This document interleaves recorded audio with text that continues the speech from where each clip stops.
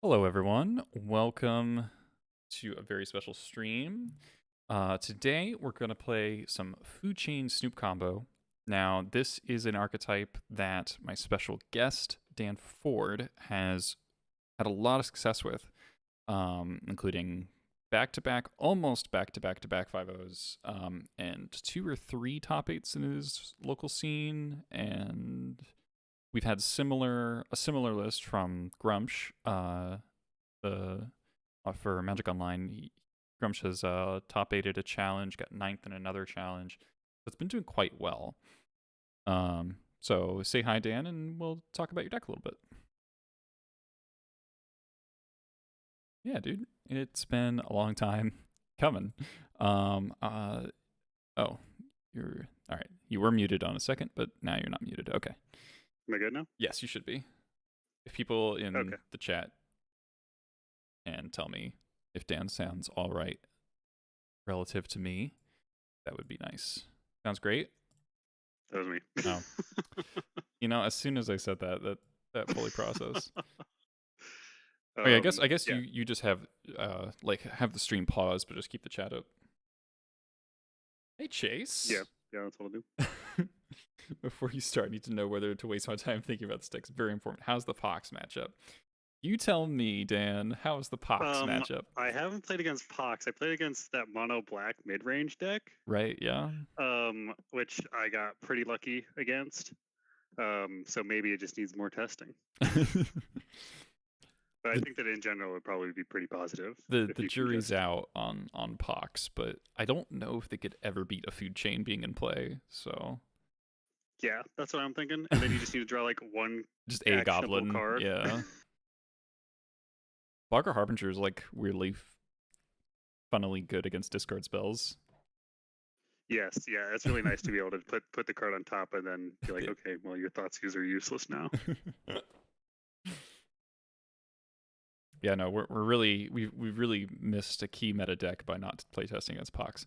Anyway, so because this has been pretty successful, this is like the polar opposite of what I did last stream, right? Like I was doing Yorion Goblins with main deck Plows last stream, which is as controlling as you could possibly get for a Goblins deck. Now this is as far away from that as possible, where we have let me see, 3 ways to interact with our opponent's stuff. We got a Crater Maker, we got a Fury, got a Pashnik Mons. That is literally it. In the sideboard, we get some more interaction, but we're honestly more on lock pieces. Sorry, Bacon, thanks to the tier 1 for 3 months. That was kind of loud in my ears. Was that sub sound too loud? Someone tell me. Hey, Marcelo. Glad you're here. Yeah, so when I was showing this deck to a friend who hasn't played Magic in a long time, but like knows about Legacy, to the point where they're like, Legacy's the format where if you don't have Force of Will, then you never interact with your opponent. Like, that's not true. Here, watch. And then I end up getting paired against Elves, and they turn to me, I turn to them, and then they turn to me. And I'm like, you might be right. Well, the joke is that Elves can turn to you through a Force of Will just perfectly fine. Yeah, it was pretty funny.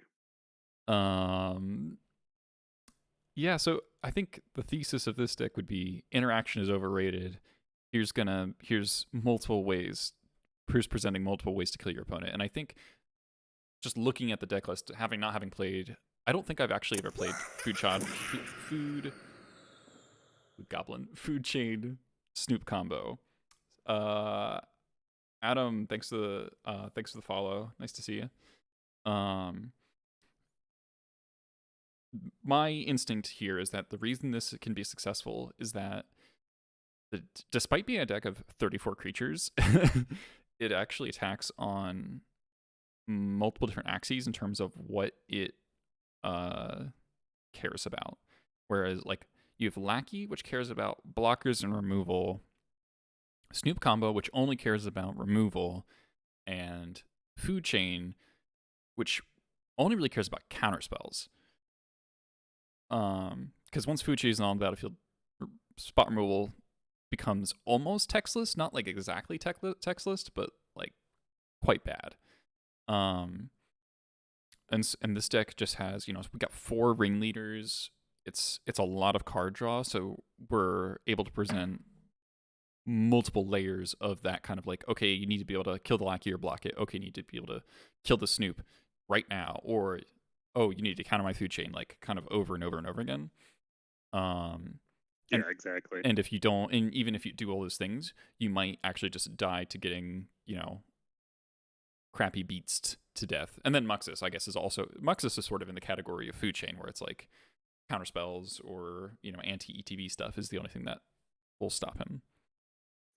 Yeah, so what I really liked about this list and what I like about like Goblin's lists in general when I try to make them, dating all the way back to Winstigator and whatever the hell that was that you're applying like steady pressure throughout the course of the match.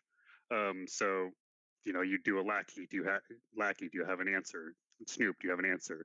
And then food chain, do you have an answer? Right. And so because lackey and Snoop overlap on removal, that can get through. Food chain pulls them in the direction of like, oh, I can't just take out my counter spells, or I can't just board out all my removal and taking counter spells. And then what's great about this now with food chain is that while you're doing all of this, you're also just getting to this Muxus, right? This Muxus is looming at the end. It's like, okay, yeah, you answer my thing, you answer my thing, you answer my thing, you answer my thing. I can draw more cards. You answer those, and then you can Muxus. So it gives these control decks that, like the Miracles kind of control decks, or I guess Jeskai control right now, which doesn't really apply the pressure extremely quickly. It just makes it so that they don't have the time to deploy their threat and answer your stuff at the same time. Yeah. Yeah, their window, they have to have those plays of like Uro, put it in land, plow your thing, and then do that like a couple times in a row. And just based on how those decks, the Jeskai decks like can't do that really, and the 4-color decks, they just have like a higher fail rate, right? Yeah, it's just that they rarely get to take a turn off, right? Mm-hmm. They also really want to play stuff like Sylvan Library and Loam, which can be quite dirtily. Right, and so because you have this instant pressure in Lackey, they have to mull to be able to answer that Lackey, and that means that it's not very often that they're going to be able to answer Lackey into Snoop. a Snoop. Yeah, right. That kind of thing happens often.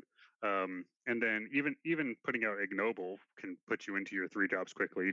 Like I matron for matron so often in this list because it's like, okay, well, I just want to have something out there so that if I do get a food chain now, I at least get instant value out of it. But I want to be able to then matron, right? Right. Yeah. You do know I love a matron for matron. Yeah, right. I mean, I hadn't been doing it for so long. Like I literally thought, man, just food chain and matron doesn't get me there because I just can go get a ringleader and then I have to hope. And then I was like, oh wait, matron, Muxus. Right. Yeah. That's like a really sick upgrade. Like food chain goblins got a significant upgrade just from the printing of Muxus because the fact that food chain plus goblin matron equals Muxus just by itself, and then the Muxus is just quite likely to allow you to go, I don't know, 15, 20 cards deep into your deck or outright kill your opponent is really strong. Yeah, and so I mean, like 1 Muxus is usually really good. 2 Muxus is just like when you're gonna have a great time. Yeah. And yeah, that's what I like about this deck. And so I did have less ringleaders, less Bogarts, and those were like removal. They were interaction, right? But what I found was that my interaction only needed to be on key pieces. Mm-hmm. So that was like Hate Bears that mattered, which is really Meddling Mage. Crater Maker in order to hit Pithing Needles. Yep. And that was about it. So Crater Maker answers both of those. Fury can answer like multiple things, like if they have a Plague Engineer plus some other things, which is usually where Fury shines. Right. Plus, you get like Fury's got that upside of being the kind of combo with Food Chain, where it's like you just play Food Chain on an empty board, and then you evoke Fury, hopefully kill something, and then exile it for 6 mana, cast Muxus. It's like pretty sick. Yeah, exactly. Yeah, but going back to the interaction thing, I want to have that the butterfly meme where it's like a food chain goblin player and it's attacking with Lackey. Mm-hmm. is this interaction? Yeah. And you got, the hierarchs. In the food chain playing that I've played, I'm rarely that happy with the deck, but it's always been noticeable that Lackey is better when you can give it Exalted. Like it does, like forcing Elvish Reclaimer to chump block is just like, yes, so good. Um, Yeah, that comes up a lot, and it's actually like really awesome.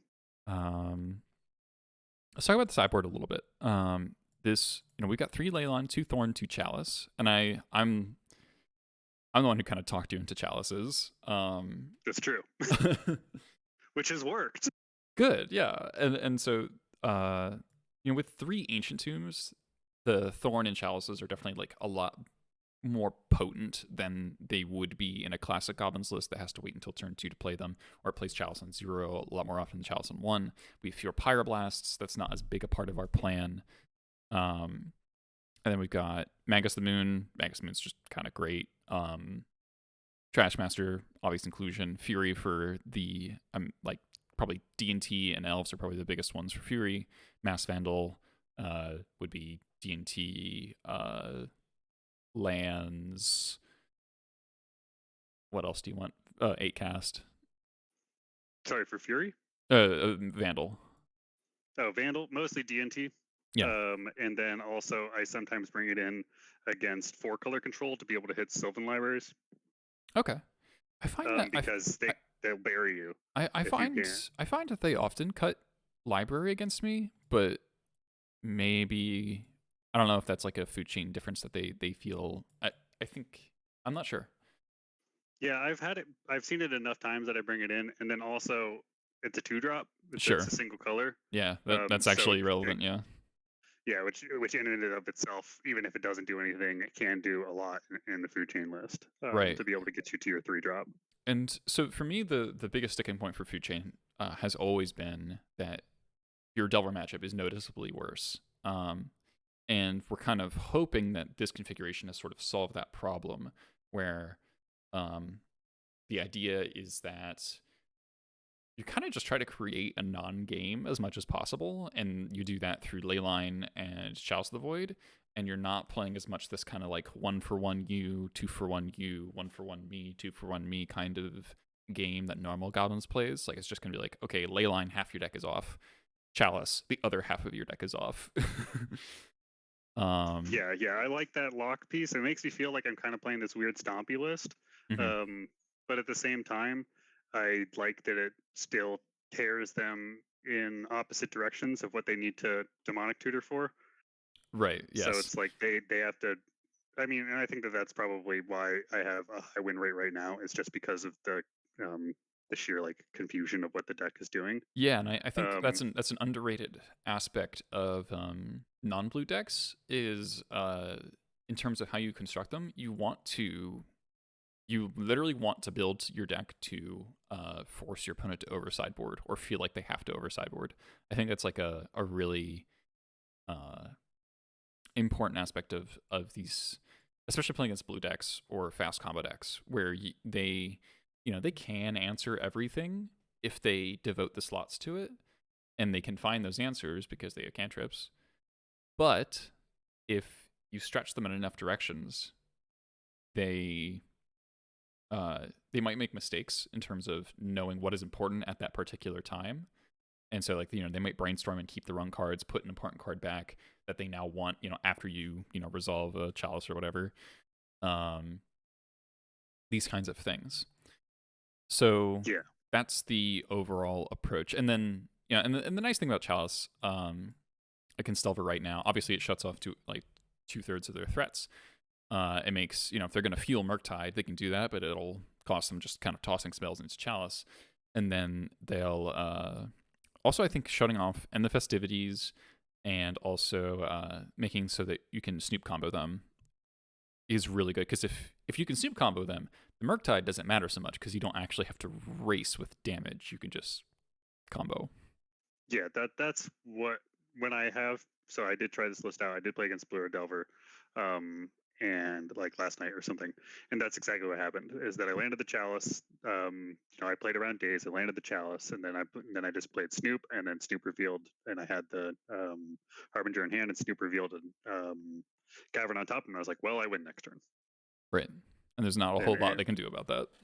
Yeah, exactly. And so they need to cast it and attack twice with it, and so that's what 3 turns. Right. And you have it next turn, kind of thing. Mm-hmm. But it's still the matchup that I have had the most losses to, and I think that's probably by just nature of it being Delver and the way that it plays Magic. Yeah, it is hard to like. Delver is just like the most consistent deck ever, and it's really it's really hard to punk the meta games. I think this plan is probably the best that we tried the Carpet of Flowers for a while, and I think the reality of Carpet is that the reason Carpet is so successful in the blue decks is that Uro is sort of this recursive threat that as long as you have mana and can kind of have enough escape fuel, you'll eventually kind of just run them out of answers, right? Because you just have this recursive threat. Whereas us, we can resolve Carpet, and then if our payoff gets countered, then the Carpet doesn't do as much. And obviously we do have a lot of payoffs, but it increases the fail rate of Carpet compared to the blue decks. Yeah, I think so too. I think that I do feel good in the matchup when the Carpet lands. Right. But I think that there's just Chalice is always going to be doing what it wants to do. Yeah. All right, we're on the play here. What do you think of this hand? This looks like a very normal Goblin's hand. Yeah, I feel like this is a decent hand because you can probably, like, if you draw Food Chain, you go off. If you draw Snoop, then you're applying pressure. You have some interaction if you care about what they're doing, and then you'll get a Ringleader later in the game. Yeah. And you get a fetch basics. So as long as they don't, Dark Ritual Opposition Agent. I think I'll just lead on Mountain because no one's going to force a Vilskirk Prospector, so I'll just play it off Mountain. Yeah, and then Bloodstain Myra's right because you might want to get Forest.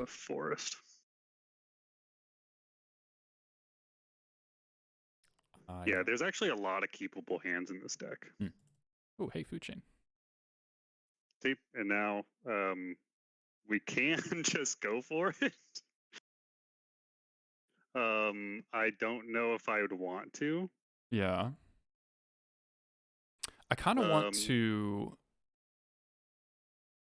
sack Skirk and cast Food Chain and pass.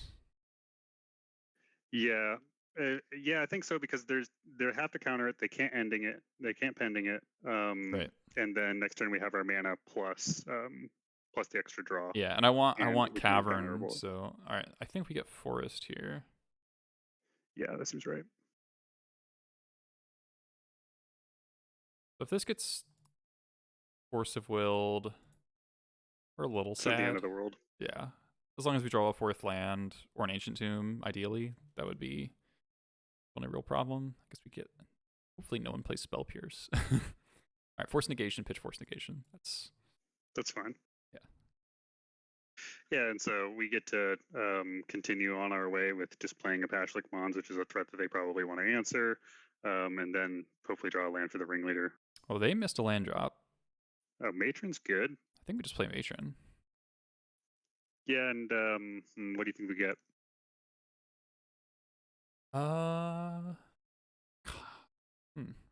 Snoop maybe. Yeah, I'm thinking Snoop as well, because then it makes it so that we have a pretty good threat next turn if we don't draw the land. Yeah. And if we have like a Ignoble on top, we can just cast it, which would be pretty great. It's insane to get Lackey. No, it's not insane to get Lackey. Yeah, I can see getting Lackey because also similar reasons to Snoop. Okay, they conceded. Or we just... Oh, there was Ignoble. Man, this deck is good. Okay. Force Negation, pitch Force Negation, concede. Blasts, definitely. Blue control. I'm feeling probably Blasts and Thorns.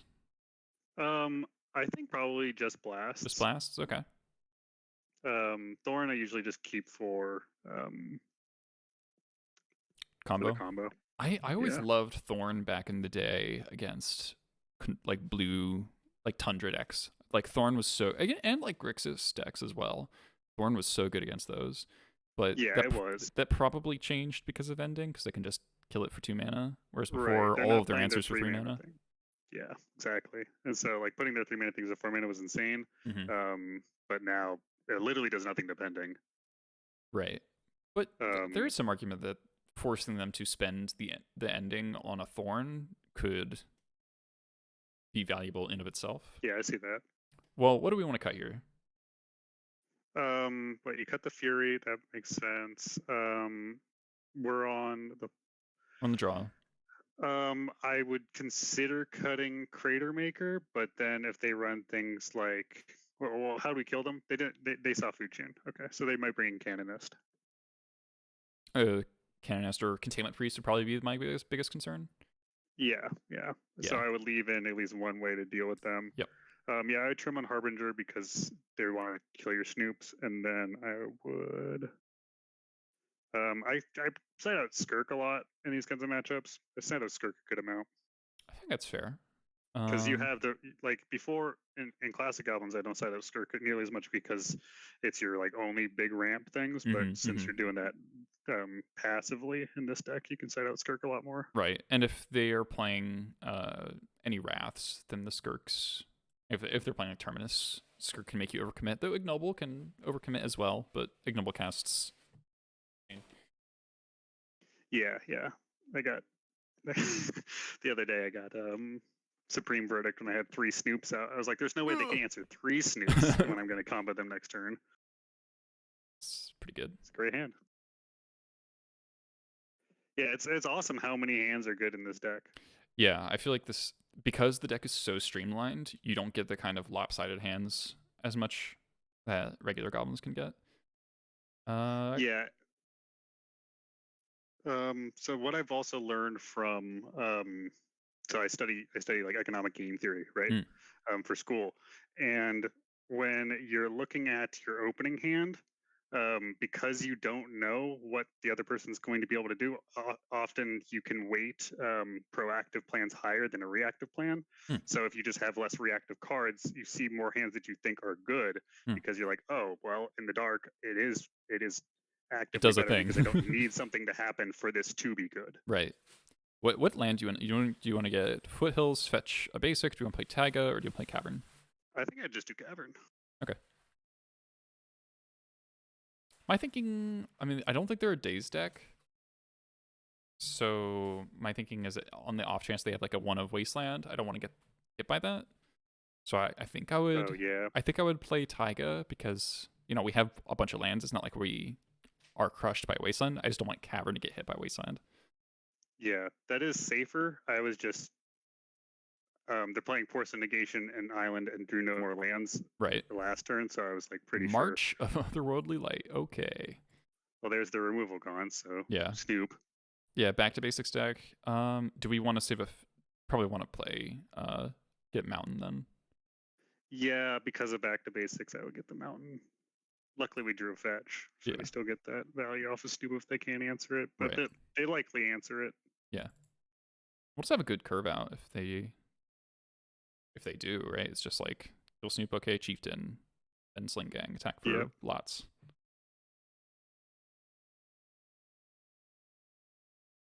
Oh, no back to basics, so that's good. Maybe they just don't have lands in their deck. So if we see back to basics, do you want to board in Mass Vandal? Yeah, that's probably a good call. I love Vandal against the back to basics decks because then I just, holy shit, Hall of the Storm Giants. Okay, opponent. All right, they free lackey. Now, do you take the turn? Do you play Chieftain or you play lackey? I think that I would take the card advantage against a blue-white deck. Yeah, that seems fair. I'm fine if they counter the lackey. Yeah. Ooh, there's a second lackey. Another one.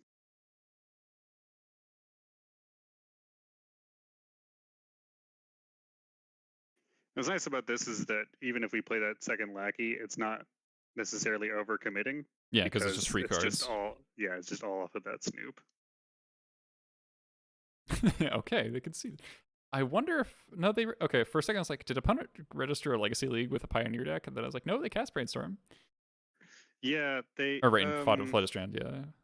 Yeah, they got Brainstorm locked, and they saw that we were gonna have 2 lackeys, so they probably like they couldn't answer all of those cards. Like they didn't kill the Snoop, they probably have no removal. Right, and Harbinger's underneath the other lackey. All right, well, that's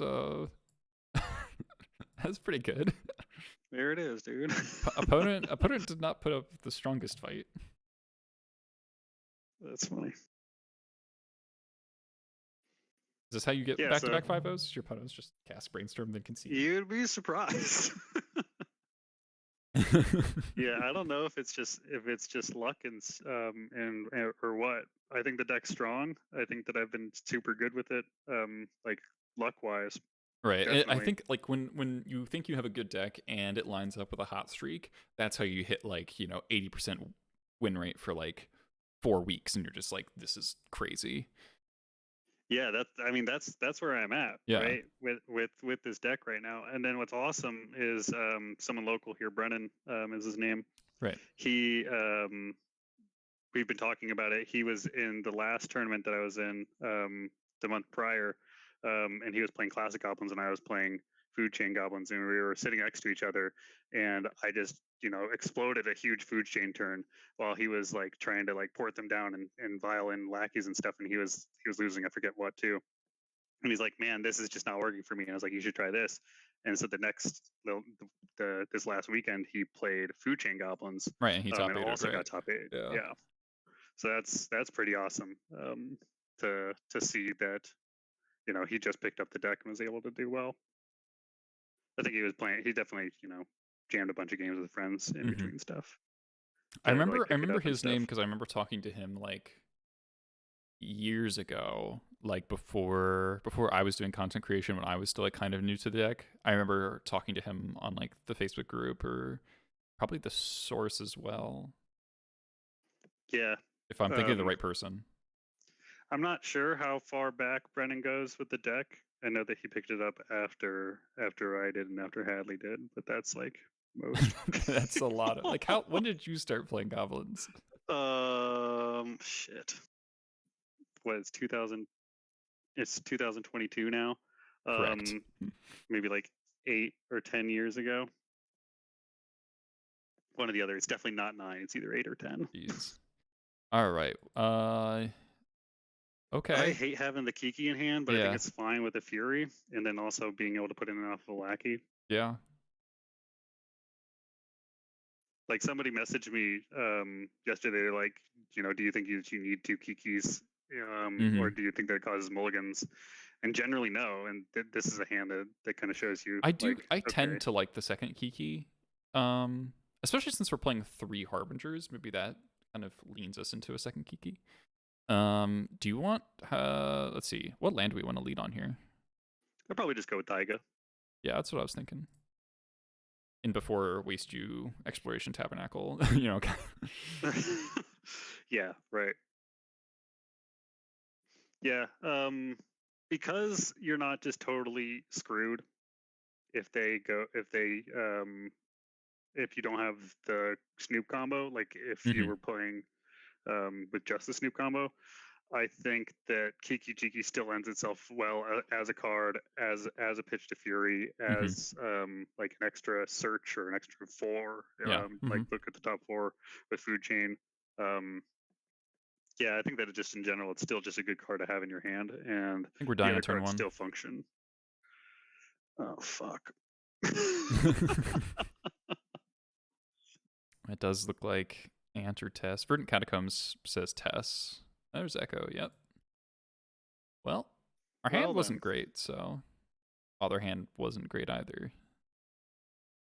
Their main were Veil of Summers. Okay, that's pretty common actually. Tess main deck's 4 Veils. I've been thinking about Veil of Summer in Food Chain, but I think it's actually pretty reasonable.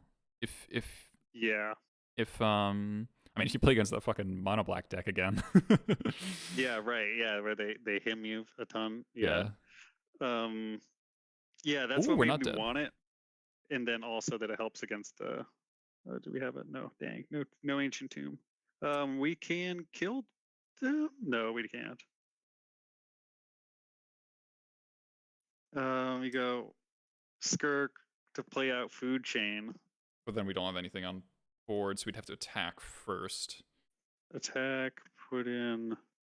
And with the Kiki in our hand, we can't like ringleader into the combo.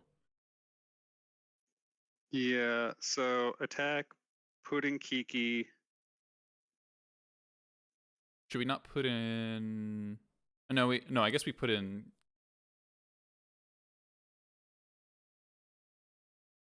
If we attack, put in ringleader. Sack. Oh no, then sack lackey post combat to cast the. Yeah, Yeah, that might work. We have to go for the Pashlik Sling Gang kill right, because we aren't going to have the combat step. right.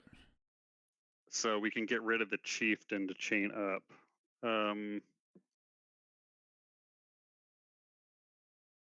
Man, now I got to think. Yeah, trying to ringleader. avoid this. Ringleader for sure. See what we get. Matron. Okay, that's important. Oh, well, then we're good. And then we go.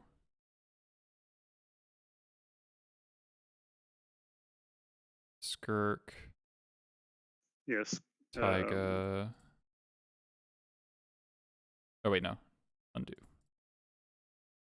Ringleader is the creature we want to sit and play. Yeah, so we get 5 mana off of it so that we can just go Matron Muxus.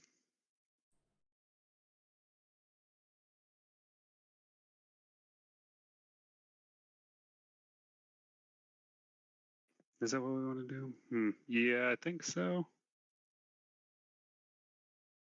And we just go straight for Muxus here.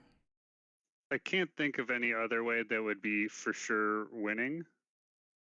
Because we have 2 mana.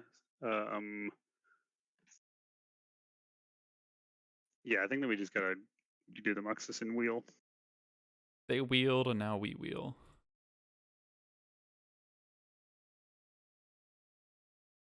Okay, Muxus, what do we got? Okay. Nice. So can we kill them from here? If this gets Sling Gang, so we get. Okay, how many are we gonna have? How many are we gonna have? We're gonna have 1, 2, 3, 4, 5, 6. See, it's also you have to like reduce. You won't have all of them on the board. I lost to lethal because I was like, oh, I'm gonna have 19, and then I actually had to exile a guy to get him out, and I had them. So we get Sling and then exile Muxus, cast Kiki, copy Matron. And that'll give us how many on the board then? That's 7 mana off Muxus.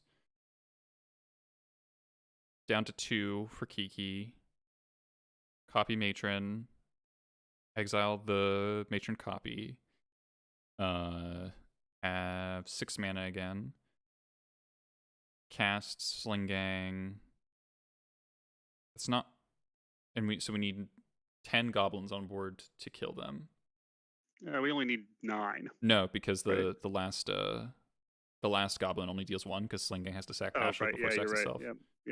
Because it goes 17 and 19. Okay, so we need 10 on board. Will we have that? No, 1, 2, 3. And then the lackey will probably have to get exiled in order to play the sling. Mm-hmm. So that'll be 1, 2, 3, 4, 5, 6, 7. I think we go for a second Muxus first. Yeah. We can cast a free. Play that. Or should we? Yeah, actually, I see what you're thinking. Should we just flip it with a Muxus? Well, you get 1 extra mana from the Muxus, so just exile the Muxus for 6 and then play it.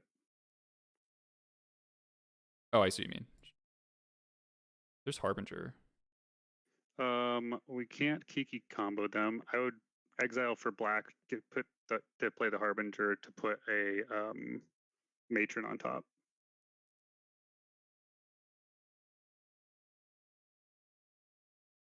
Not Sling Gang? Because we can always copy Matron with our Kiki to get the Pashulik. So I feel like we want to get that second part of the combo. Yeah, that works. Yeah, just as good. Less steps. And exile exile Lackey. One floating. Okay.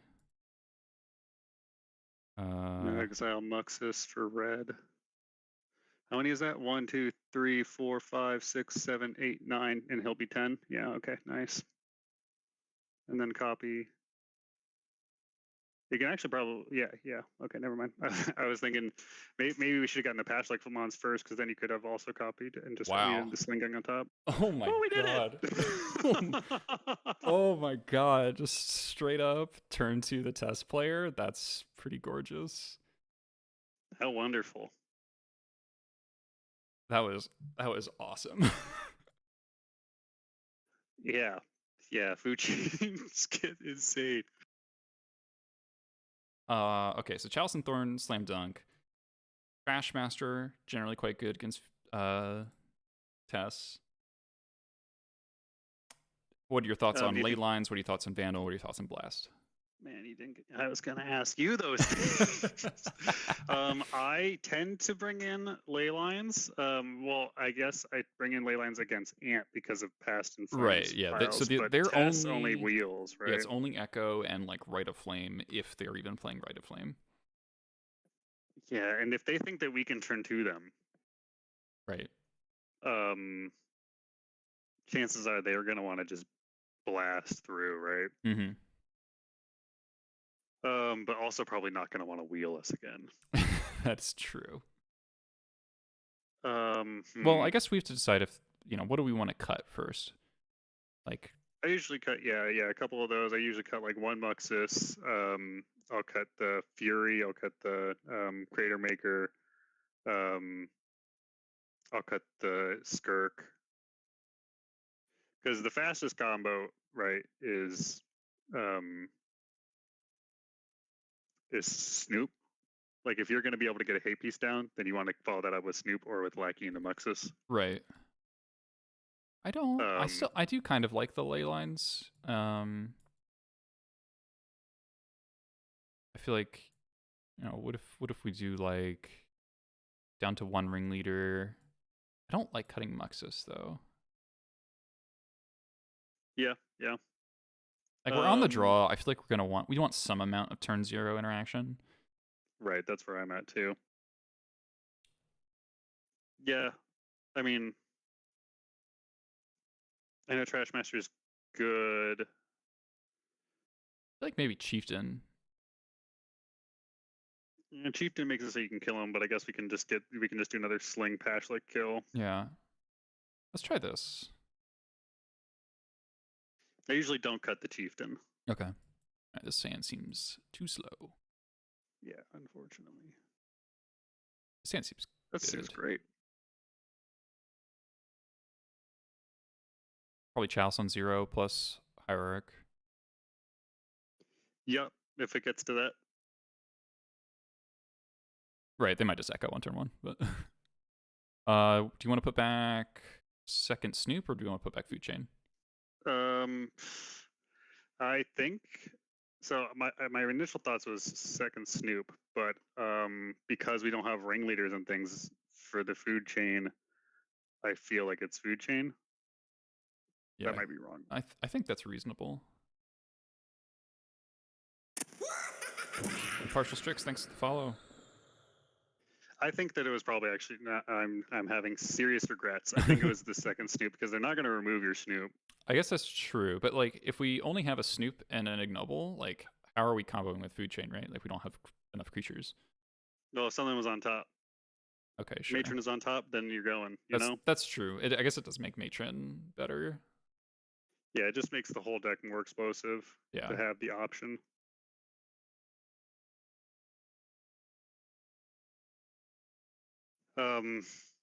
Yeah, but hopefully we just reveal. I mean, like we have a fetch too, which is super nice about having Ignoble into Snoop is that you get to have that fetch.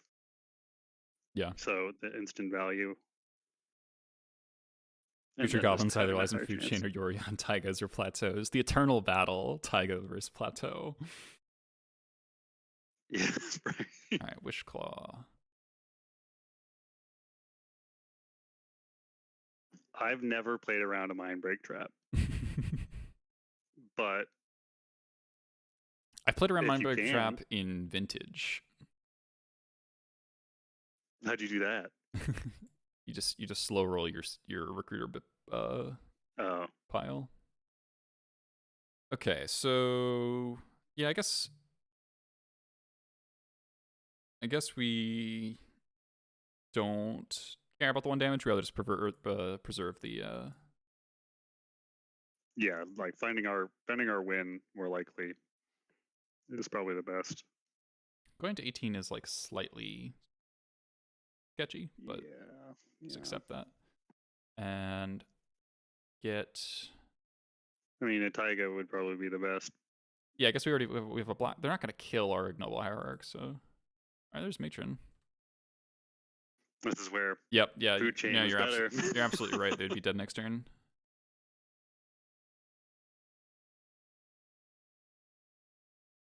Okay. Bummer.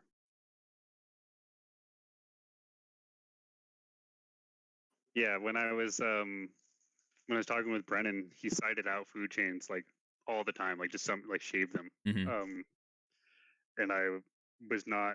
I didn't think that was correct because just the sheer power of food chain, like you like we saw last turn, the last game, Right. like you can dunk on people. Yeah. Out of nowhere. Violin, a creature. Thanks for the follow. I love that username.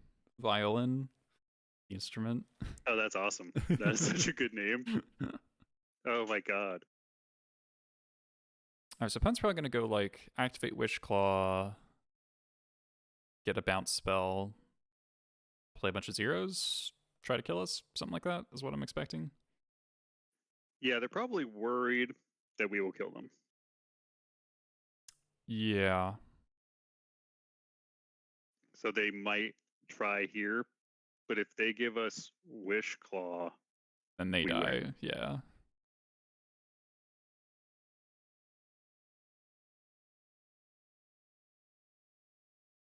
Oh, thanks, Violin. That's very cool. This has been fun so far. That turn 2 game 1 was bananas. Like we drew our Kiki Jiki and we still killed them on turn 2. Yeah, that was awesome. All right, there's Red Flame. Okay. So this Dark Ritual. Okay, so they might just add Nas here. They might just ignore the bounce spell and just try to go off with add Nas with 1 floating. Okay. That means that we can probably just kill them with Sling Gang on our turn. That's true. There's a Dark If Ritual. they, you know. LED, Abrupt Decay. It's kind of hard for them Well, to. they can't play their LEDs. Yeah. Super Okay, nice. so they can Dark Ritual, Wish Claw, and then have no mana. They need to hit multiple Dark Rituals. Do they not run 2-drop 1? Whatever it's called? Cabal Ritual? No. Okay, well, I think they're fucked. Yeah, unless their hand is multiple Dark Rits, I don't see how they get out of this. It's turn. Oh, they do have a land drop. Okay, they can Abrupt Decay the Chalice. They can Abrupt Decay the Chalice. Okay. And then they need Lotus Petal. Because Mox Opal doesn't do anything yet. They need a Chrome Mox or a Lotus Petal. Maybe the Echo. They don't have the kill. I don't know where to go from here.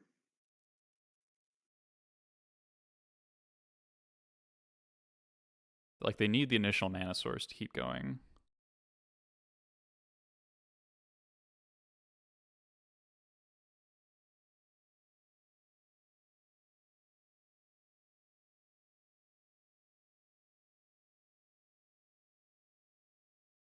Conceded, yeah.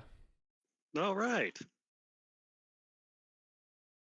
All right. We take those. We take super bad ad nauseums. 88 Cobra, thanks for the follow. Might have messed up not casting Dark Ritual before Decay. Yes. That's a good point.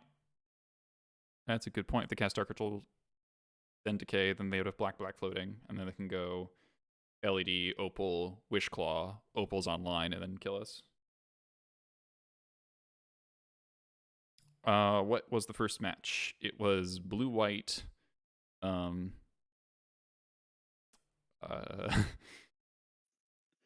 only saw Brainstorm. We saw Brainstorm, March of Otherworldly Light, and Force Negation, and then they played Hall of the Storm Giants, and I suspect they like I don't know. I just don't I don't think Hall of the Storm Giants is a card that you can really ever justify in Legacy. Like there are like people play Suspicious Lands in Legacy, but this is a known combo aficionado. Oh, really? Okay, well then. I guess we're just gonna keep this. I would keep this on the blind. I mean, but I don't think it gets better. Yeah. Combo. Yeah. I mean, I don't know what kind of combo they play. Let's see.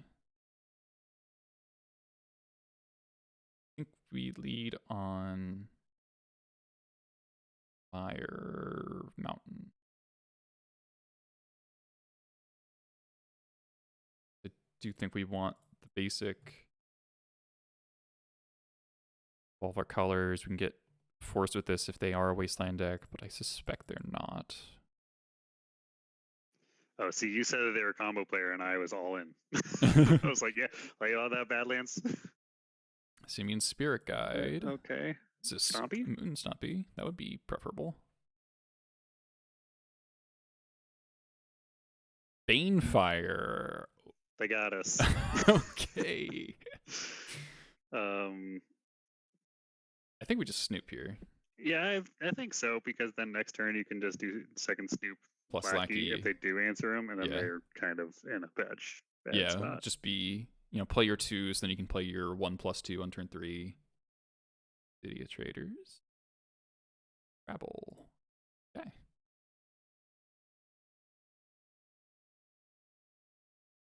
Block. So if we want to kill it, we can, I guess.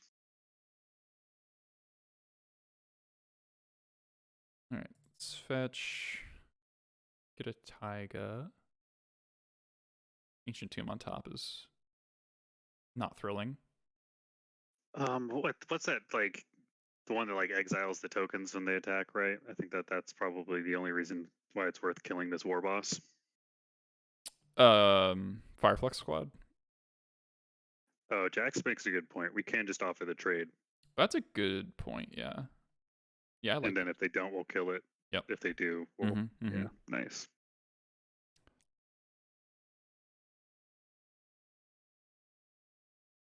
Okay. So that makes me feel like if they're threat light. Yeah. Or they have the 4/3 thing. Yeah. I like just killing the.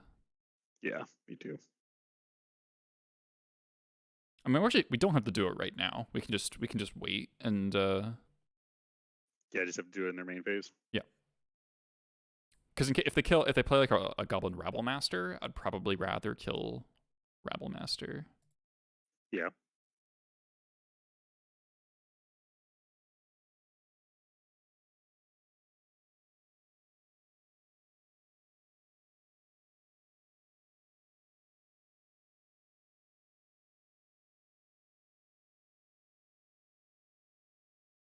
Okay.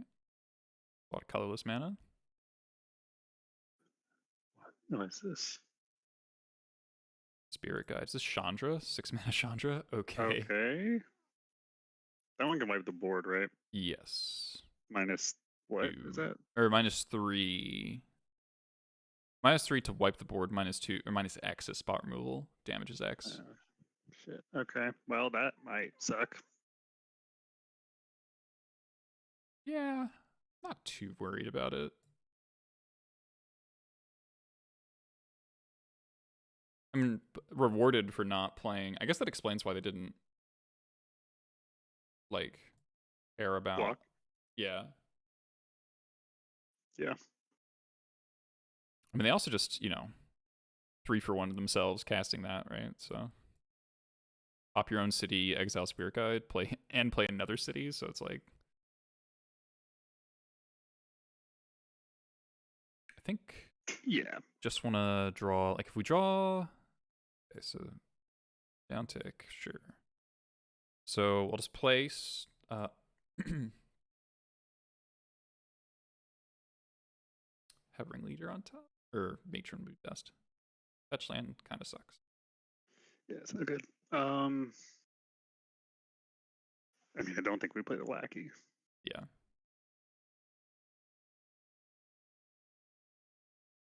Our Snoops have drawn 0 cards, which is not cool.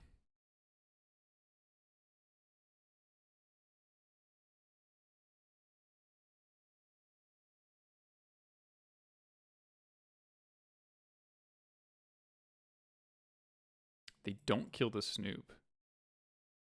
Okay. Maybe they Maybe like they have another way to do it. a Bone Crusher giant or something. Banefire is like hilarious. That is really funny. Blood Moon. Blood Moon. That's fine. That's fine.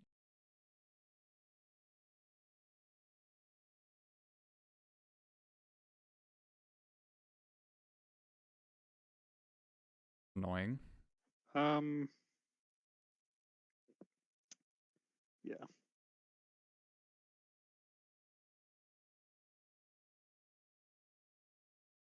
Yeah, I think we're settling in. Yep. I mean, we just gotta draw a Muxus before we die to Chandra. Yep. Banefire, no! Okay. Our food chain. Probably just. Do we even play the Lackey? I don't think that they're gonna kill it. I think that you play it. Okay. I guess might as well play it before it gets chaliced or something. Yeah, that's also a thing. I just figured that they'll want they might want to kill it. I don't know. We have no hand. Right. Okay, yeah. I killed it. That's better than take damage each turn. Yep. And we have a bunch of mana to play things. Like a dozen really good draws. That's not one of them. Mm-hmm. I mean, if we draw Matron, we just kind of win on the spot. Yeah. Ringleader, Muxus, Matron, all 4 of. Oh no, sorry, except for Muxus. How about a Mana Dork? Nice. I guess, I mean, that's not completely irrelevant, because now we could cast a Sling Gang if we draw it. True. Take 4. Take 5, so we have 2 turns. If they have no other damage. Is Chandra's -X, is that just creatures? Yes, or Planeswalkers. Okay. Oh my god, come on. Okay, deck. So we have one more turn? Yeah. Assuming they... I probably should not have attacked, because if we die to a war boss now, the token kills us. Sure, yeah. I don't actually see a reason to play the food chain. Yep, there's no reason to. I feel pretty stupid if we die to a goblin token now.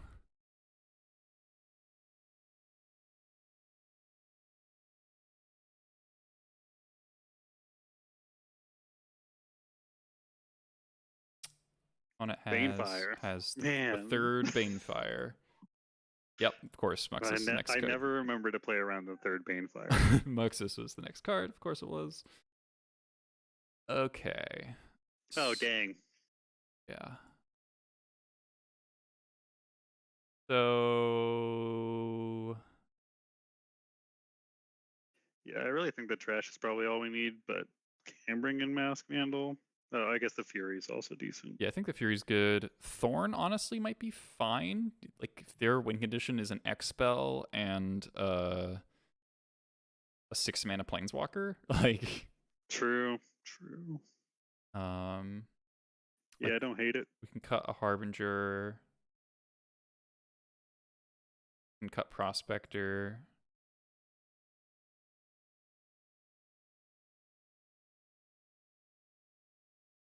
We are not prepared for Banefire. We are not prepared for Banefire, no. Oh, maybe I'll just do this. We're on the play. Like, I think we have a high chance of just running them over. Yeah.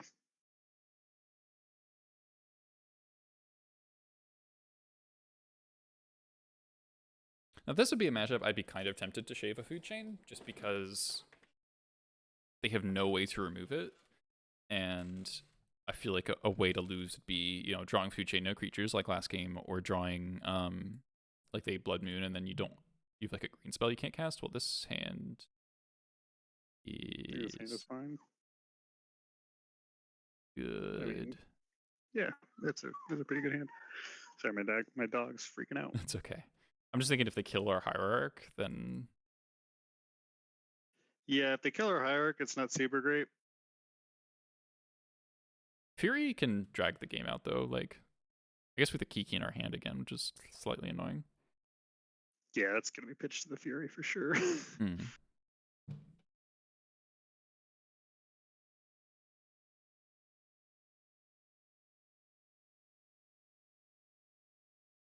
Let's just draw Ancient Tomb.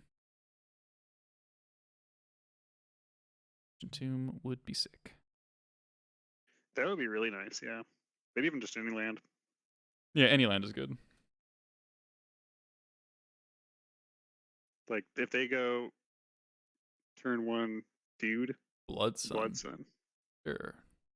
Okay, so I guess fetches would be bad now. Yes. Okay, so remember when I was against?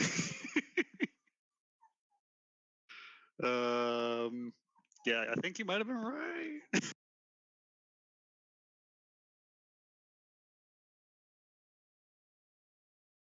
This hand is maybe a mulligan. I didn't fully process that. The Hierarch both needs to live and we need to draw land to do anything. Second Blood Sun. Yeah. Okay. Yeah. I believed. Not gonna lie. Ah! I hate everything. I mean, we're in a really good spot. Like, if we draw 1 land, we win. If they don't kill the Hierarch. Right. Well, we probably win even if if they kill the Hierarch in response to food chain, then it doesn't matter because we have Fury. Right. Because we're gonna do Fury, sack for black, Bogar Harbinger, put Muxus on top, Ringleader, draw it. Yep. Sure. They're also at 12. Maybe this Hierarch kills them. Land? Fuck off. Land. Oh no, fuck. Oh my god, man. I hate Blood Sun so much.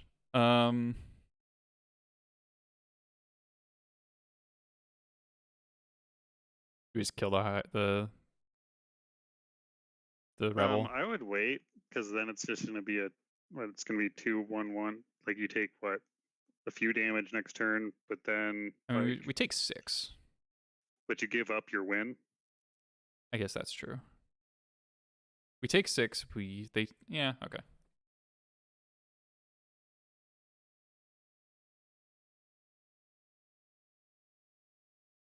Man, the fucking Blood Sun's turning off these fetches. It's pretty sad.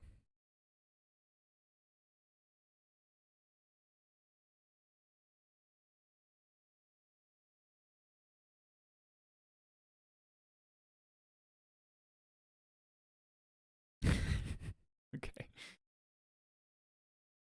Well then. Come on. Okay. Well, that's fine now. Now we don't need the Fury, do we? No, we still do, because we need to be able to food chain and then have the pass the turn. Yeah. So that's not so bad.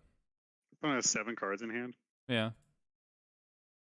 I assume they're all like really expensive things, considering they've been sitting on this much like 3 mana for so long. Like they're also missing land drops. Got him at 9. Yep. Can't tap that Ancient Tomb too many more times.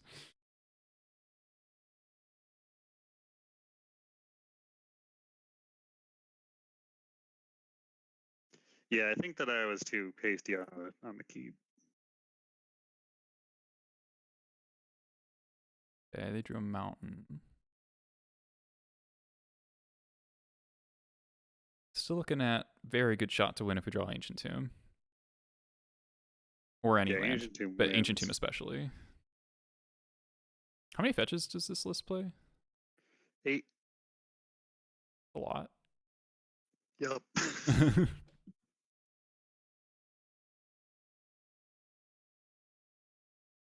Confluence. Ow. Okay. Oh, they just shot us for 6. Okay, so we're dead because they probably just have another confluence. Oh, dead gone. Okay, both those things.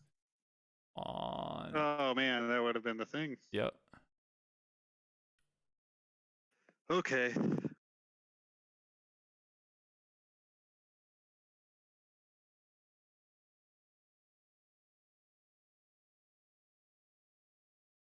Rolling game of Magic the Gathering here. Yeah. Yep. Hardcast Fury, maybe? Nope. Banefire for 4 or for 3. Holy shit, deck. Come on. What is happening?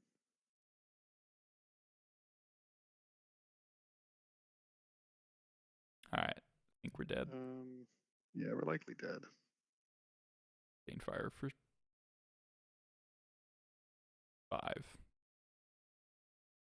We sure did sure did get Banefired for lots of damage. Okay. Okay. I feel like if you played that matchup 9-10 times, we'd probably win 9 out of those 10 times, but yeah. Sad on that one. That was definitely a loose keep in retrospect. I did not realize that there's actually like a pretty significant fail rate in that hand. And it was just like, I think this is a really good matchup and we just needed to function in order to win, and we hit. Like, game 1 was Snoop, have a fetch land on top, crack a fetch, have another land on top, crack a fetch, have another land on top for 2 turns in a row, and then we drew 3 more lands and a food chain. Right. So that's just fail rate. Yeah, I think you're right. I don't know. I think that I don't know about that hand. I think that I might keep it anyways. But this is a great hand. Huron usually plays Elves. Oh, then I would lead on Hierarch. Well, can't you force chump block if you? Oh yeah, that's true. But then you can't. You can just win. Yeah. But you can also just win leading on Lackey, actually. Well, but if they block and then they do stuff on turn 2. Well, you can just go food chain, exile Lackey for 2 green, ignoble, exile for black, then play Harbinger, put Matron on top, Ringleader. Oh, you're right. Use Matron to get Nuxus. Okay. Yep. And then turn 2 them. Yep. Okay. All right. Yeah, can you tell I've been playing the? Yeah. Okay. I see what's up. The chains.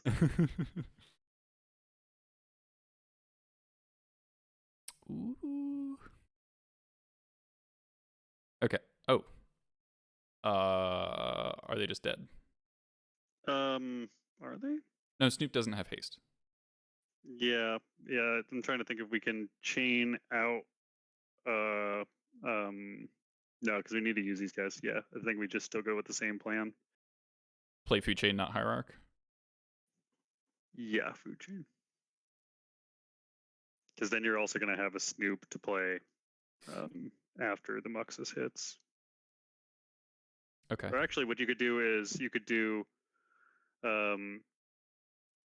get up the Bogart Harbinger, sack it for red to get play food chain, exile up to Bogart Harbinger, put Matron on top, exile the Harbinger for Wait. red. Do I wait? Hold on. Play the Snoop. I'm exiling Lackey for green and casting Ignoble, Yep. right? Yeah. Yep. Because we're gonna just use the Snoop to cast the Matron on top instead of ringleadering into it, and then we'll have a ringleader post Muxus. Okay. So and then exile for black, cast Harbinger. Or no. Exile for red, cast. Yep. Yeah. Nope. Cast Harbinger first, and then we're gonna use the Harbinger mana to cast Snoop. Right. And this gets Matron? Yeah.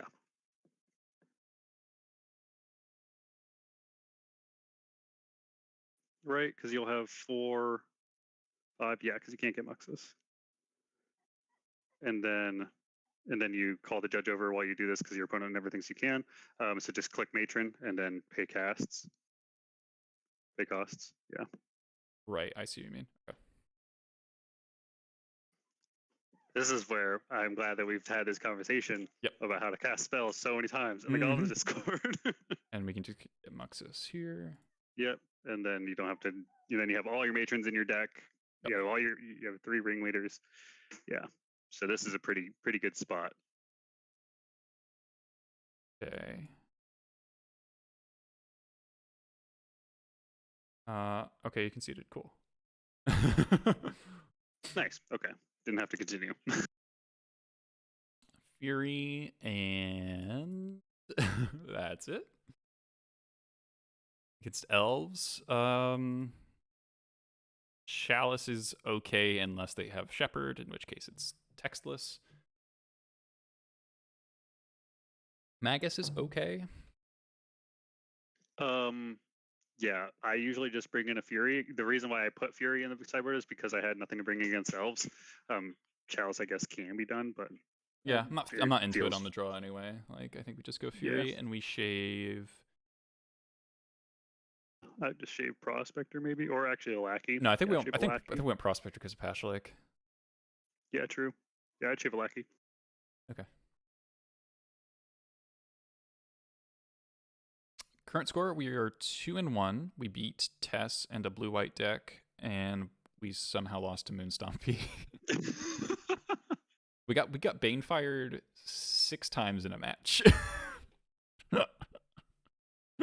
Hell of a card. Which it was literally Heat Ray, or no, it was Fireball. It was just actual Fireball, and but that did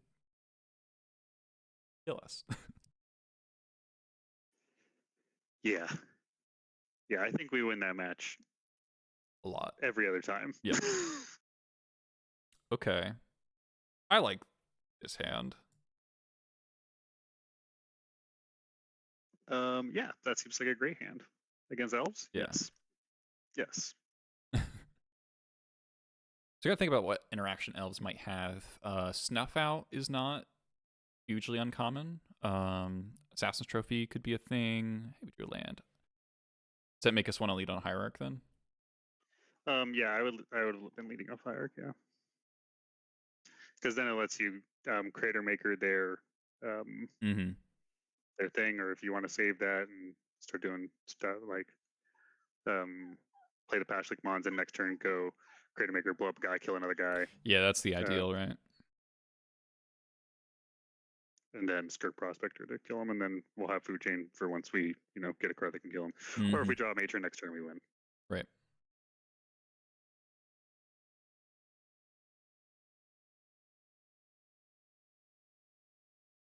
Birch Lore.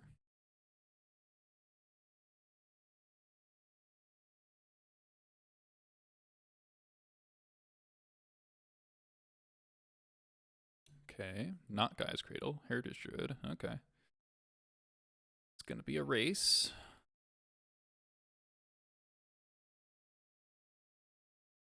Okay. Fury would be one hell of a draw. Okay. That would be great, yeah. Alright, so one of the worst draws. I think we just kill the Heritage Druid. Yeah, that seems right. I mean, we can get natural ordered still, but it would have to be for Progenitus, not Hoof. So they could still 4 mana off of Birch Lore, but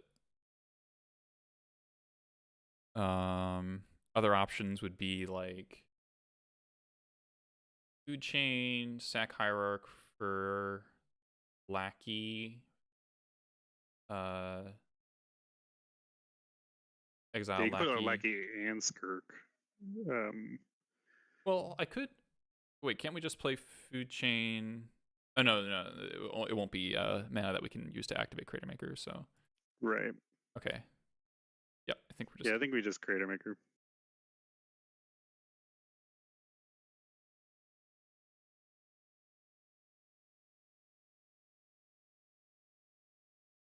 Just occurred to me that if they have Cradle, we could just die to Shepherd, activate, attack you for 20.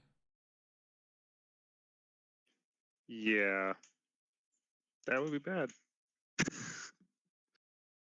We could get the Skirk in play, like play Skirk off Hierarch, then sack Ignoble to Skirk to activate Creator Maker, and that leaves us a blocker.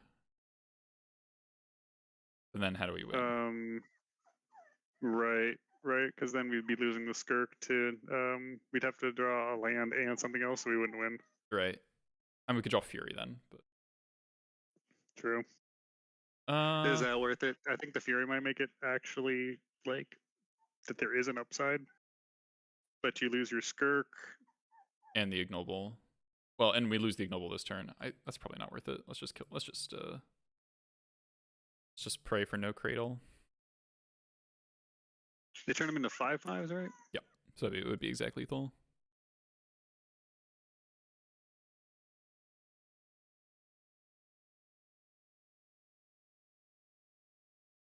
Well, it doesn't look like they have a Cradle.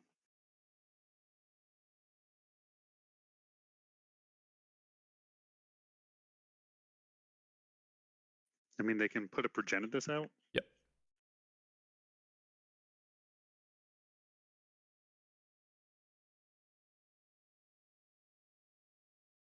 Okay, that's not Cradle.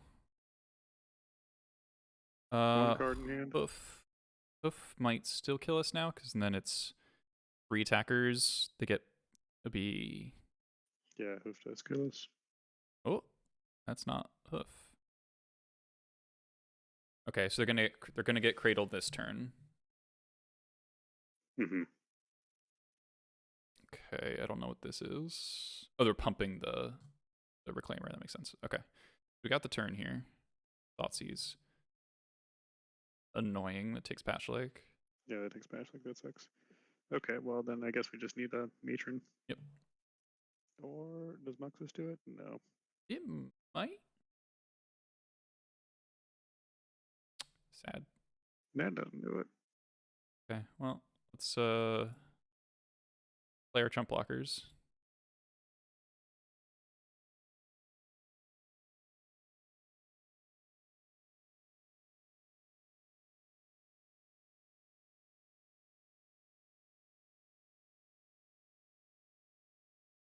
How many do we have to block? Just one? No. 2. 2, right? Okay. Ignoble's better than Skirk here, right? Yeah. Because it makes 1 more mana.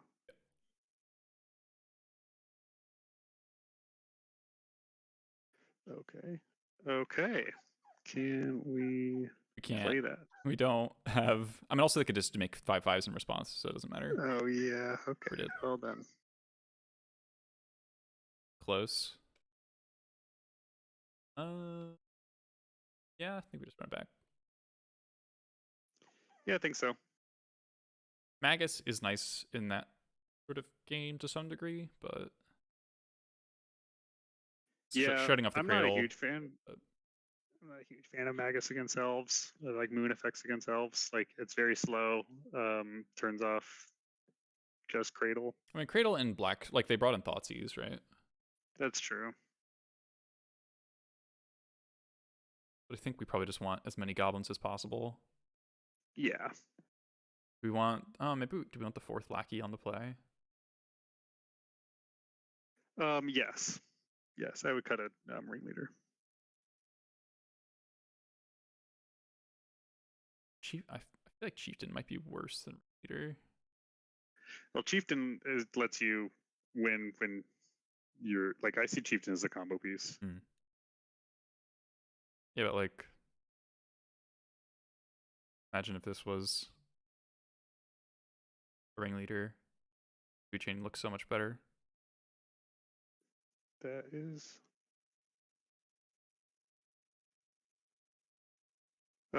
You still wouldn't be able to play the ringleader. Yeah, but like a turn later. True. Do I want to keep this?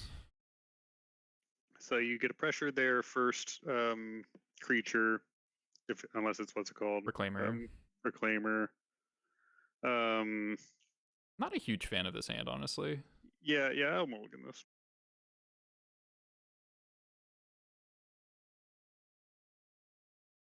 This isn't great either. I think Chalice stays bad. They don't side out Shepherd. Well, they might shave some number, but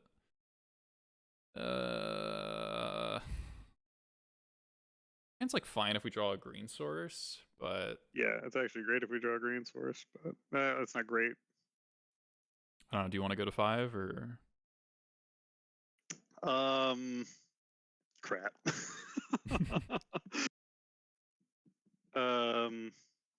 Against elves. Go that. We have 2 of them. They play a reclaimer. We need a green source. Green source or Ancient Tomb.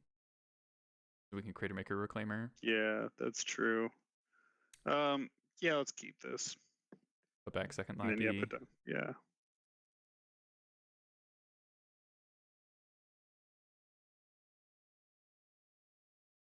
Pretty crap hand though.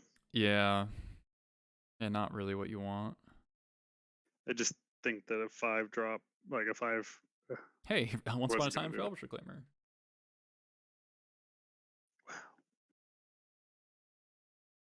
Wow. Huh. Okay. Well, we can put in Kiki Jiki.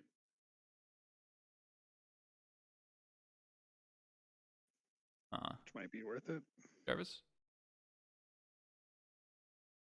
And then we have 3 lackeys next turn. And it puts in a noble hierarch. Right.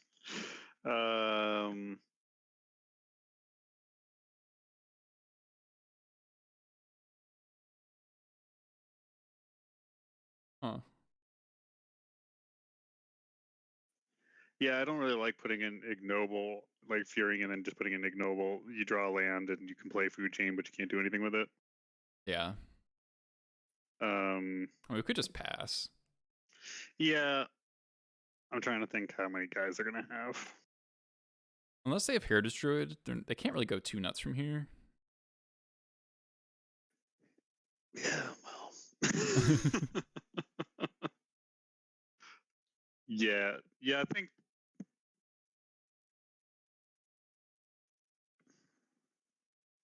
It's tough. It is really tough. Like if we pass, what are we waiting for? A land? Right. Well, just waiting for more value on the Fury, I guess. Yeah, right. Yeah, I think that's fine. Hopefully they don't like. Well, the problem is if dump. actually what if they just pass with Reclaimer up and then they just like get Cradle? Jarvis wants to pass. That would be bad.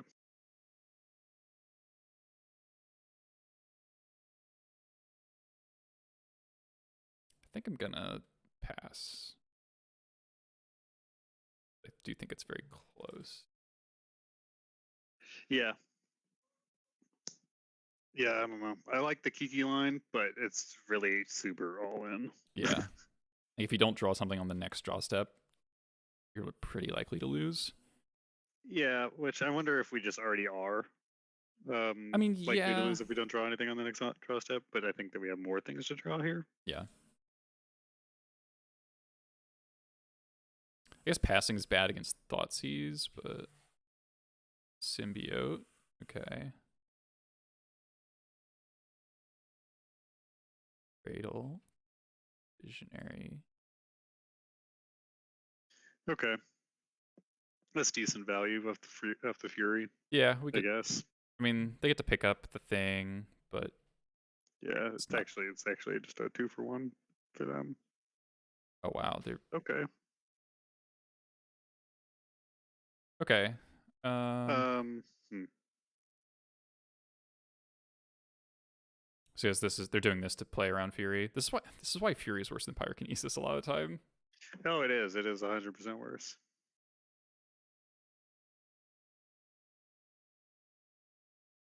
What are we pitching? Um, I mean, are we gonna play anything off of the Snoop with our 1 mana? I mean, if we get ignoble in, I guess. Yeah, because if Snoop's also our combo piece. If we draw lands and then a hierarch. I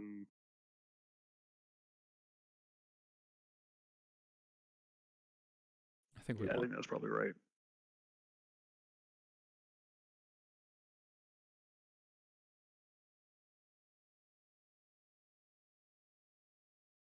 And then this makes it so they don't have much off of the cradle. And we get to put in a Kiki Jiki, have 3 lackeys next turn. Wow. Fucking what? This game. Okay, fine. I want my We second. get runner, we win. I want my second No. lackey back. Yeah, damn.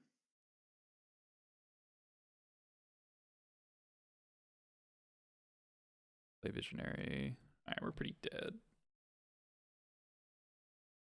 Oh my god. Also, the deck is hard trolling us. Yeah, for real. What was the 7 that we mulliganed? Like Lackey, Skirk, Chieftain, Food Chain, Lands? Yeah.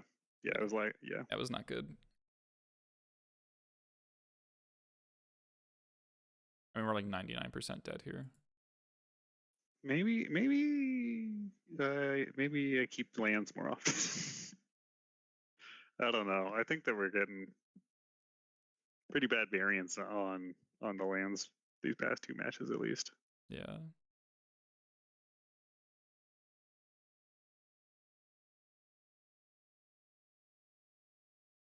Like if we... It's like we have the Kiki in our hand again, so the Snoop doesn't actually kill them.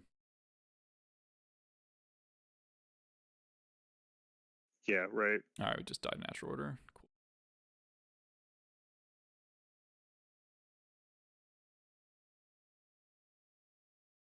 Okay. Okay. Okay. Okay. That There it is. was pretty uncool. Yeah. Yeah. Yep. Man, it's crazy with these kinds of decks, right? And we don't have blue and it is just about like all the moving parts. Like your mulligans are so freaking important. Yeah.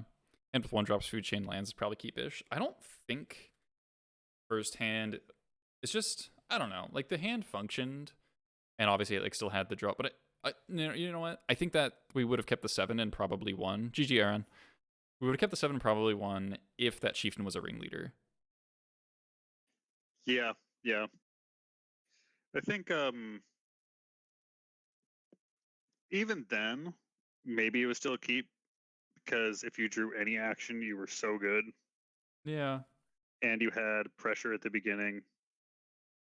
I think that No pressure through Reclaimer though. Had Reclaimer stuff out the starting hand. And turn 3 you did with Chieftain. Yeah, I guess. Well, then we just would have lost to snuff out even harder, right? It's like attack with Chieftain, Lackey, they snuff out Chieftain, Black Lackey. Right. Yeah, I haven't seen snuff out from Elves yet. It's pretty common in Reclaimer versions. Okay, well that kind of makes that matchup worse. I guess that's an additional argument for Magus, right? Yeah, Does that work? That yeah, around here, they do more combo elves, right? so maybe I'm just like biased on or just like conditioned in a different way Mm-hmm. than online elves. Sand seems good. Yeah. Actually cast spells. Imagine that. Dreadnought. This person usually plays like green white depths, I think. Okay. Yep. Okay. Okay. Sun for Reclaimer. Okay. That's fine. So we'll play Foothills Pass, Ancient Tomb, Food Chain, then try to kill him.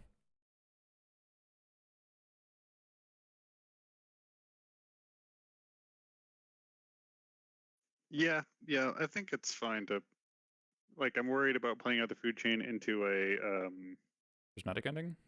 prismatic ending, but at the same time, like they'll prismatic ending anything else that we play. Night. Okay. Yeah, the thing that I hate about this deck is that it'll just wasteland you out. Yeah, I hate that. that's honestly very frustrating part of playing. It's okay. Maybe we play Snoop now. Or oh god. We can't get base. You'd have to get two Taigas, and then they can just double waste us. Yeah. So, or we just ignore this food chain. I think They we have two go cards in hand.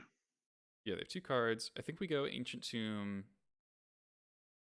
Forest. Yeah, I mean, I think that we got to, whatever the line is, we got to do the basics.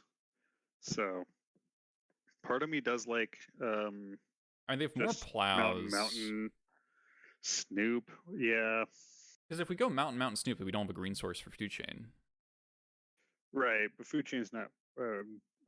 Does food chain win it for us? Right? I think Food Chain's our most important card. Yeah. Okay. I think I'm gonna go for that. We just can't play anything next turn. It depends on what they wasteland. What? Oh wait, no, never mind. I'm stupid. I'm stupid. Yeah. I mean, what if we draw? Even if we draw ignoble, or if we draw, yeah, it has to be ignoble. Oh, we could draw Crater Maker. Mm-hmm. Even though then we're at 4 mana after sacking the Pashlik Mon, so we just have to play our lands and pass. Right. I'm happy that we're getting wastelanded because that means a turn away from Marriage. Boom. Interesting. That's not common. This deck.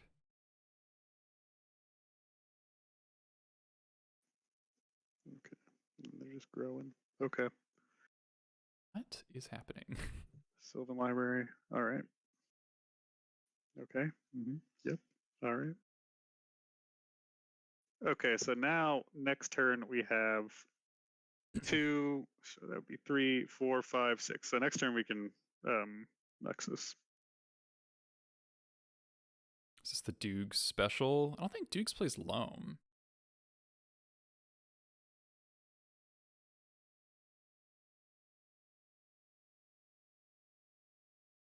I'm just glad we're not getting pended. Yeah. Okay, so they're going to try and kill us next turn. Probably. Right? That's what this is. Yeah.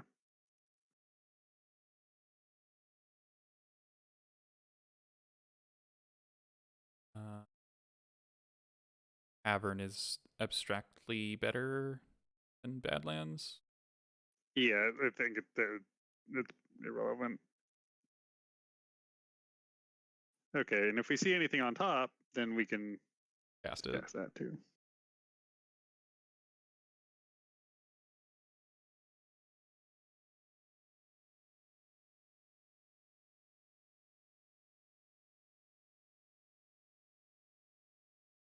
Cavern. Okay.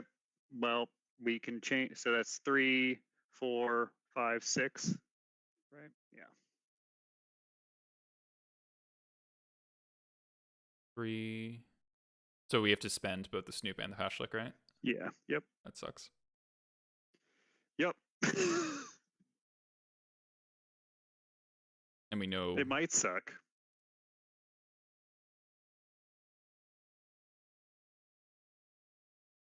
maybe we didn't need to do this turn because we're not actually getting Marrow Aged right now. Oh. Could have Are we waited not? a turn. 1, 2, tap, check, 1, 2. Do they have crop rotation? That's actually a good question. I don't know. Okay, never mind. Yay!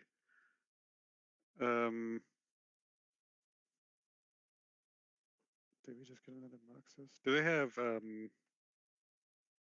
Glacial Chasm? Unlikely. I think we just win if we get Sling Pashlik, and then attack with all except for, and then we'll. Oh wait, hang on. We gotta make the red. They can They can Caracas. They can Caracas Pashlik. Oh sure. Well, we can just replay it, right? That would cost us a goblin.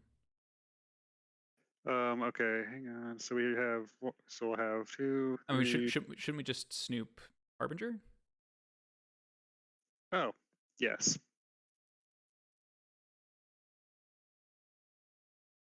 Also, we could just grab 2 Muxus. That is also fair. I guess I'll get I'll Matron for Matron here first. Also, yeah, Pashlik's in the exile, yeah. Matron for Matron for free mana. Yeah, it seems fine. Man, do they have this line loses to swords? Yes, it does. Do we think that they still have it though? Do you think that they have the swords? Don't really. I don't think that they do either.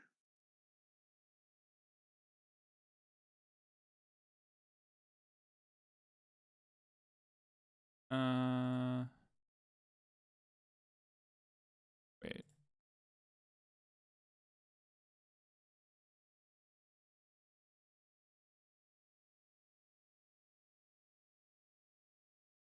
I want to cast.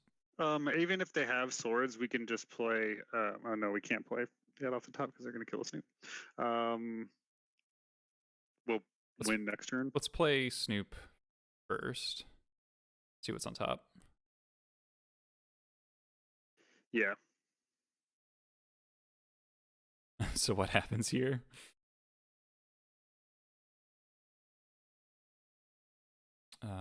Don't think we need Prospector anymore. The black floating. No, I didn't. Whatever.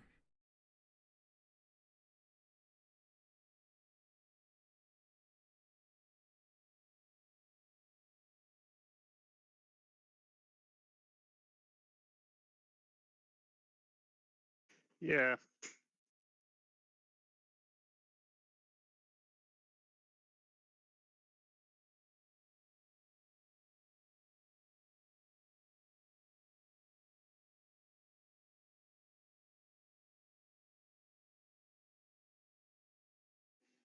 Okay. Nice.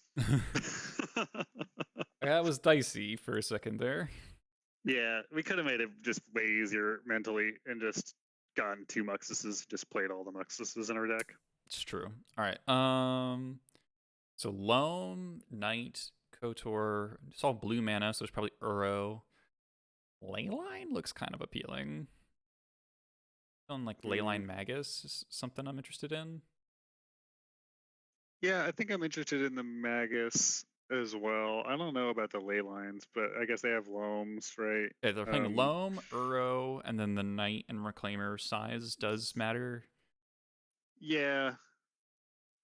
I think it matters less because we're not trying to kill, like, we're not going to, like, we kill them. That's true. But I mean, like, yeah, if you bring in the ley lines, maybe bring in the Fury as well. I guess that's sort of a different plan, yeah. But I think that I don't think any lackey's getting through.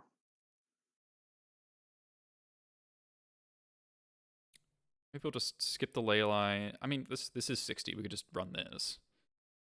Yeah, I think maybe cut down to like 1 lackey and put in the Fury, maybe. I think I just want like 1 mana creatures for food chain. Yeah, that's true.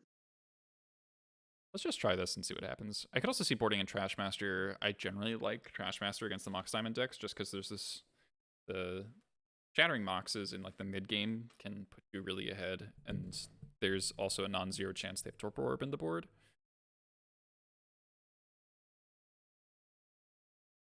Yeah, I think that I'm always worried about Torpor Orb, and my local meta makes sure that this is a good hand. And it's pretty spicy. It does stink that we don't get a play around Wasteland, though. I probably just won't play Lackey on 1. I'm probably pitching Lackey to Fury, right? Oh yeah, that's probably a good call. Especially against Arbor. Okay. Multiples of food chain is always really annoying. Yeah, it's insurance policy against a deck like this that can remove it. That's true. Yeah, they probably have Force of Vigor, Knight of Autumn, pending. Yeah. Oh, they don't have a land. This Fury's gonna be pretty gross. Oh yeah, nice. Okay, another Snoop. Oh, cool. So we got Taiga, Ancient Tomb. This is the coolest part about the deck, I think. Yeah, this is when you get to exile the Furies.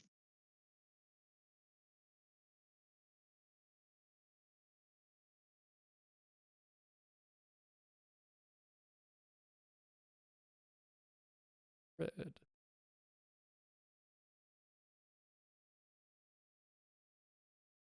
Iggy. I guess you can exile it for green. We'll play the second one first.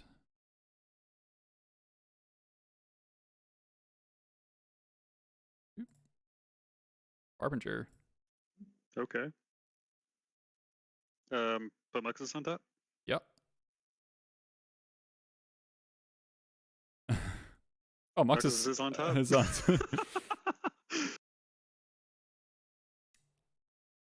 Well, he's staying there.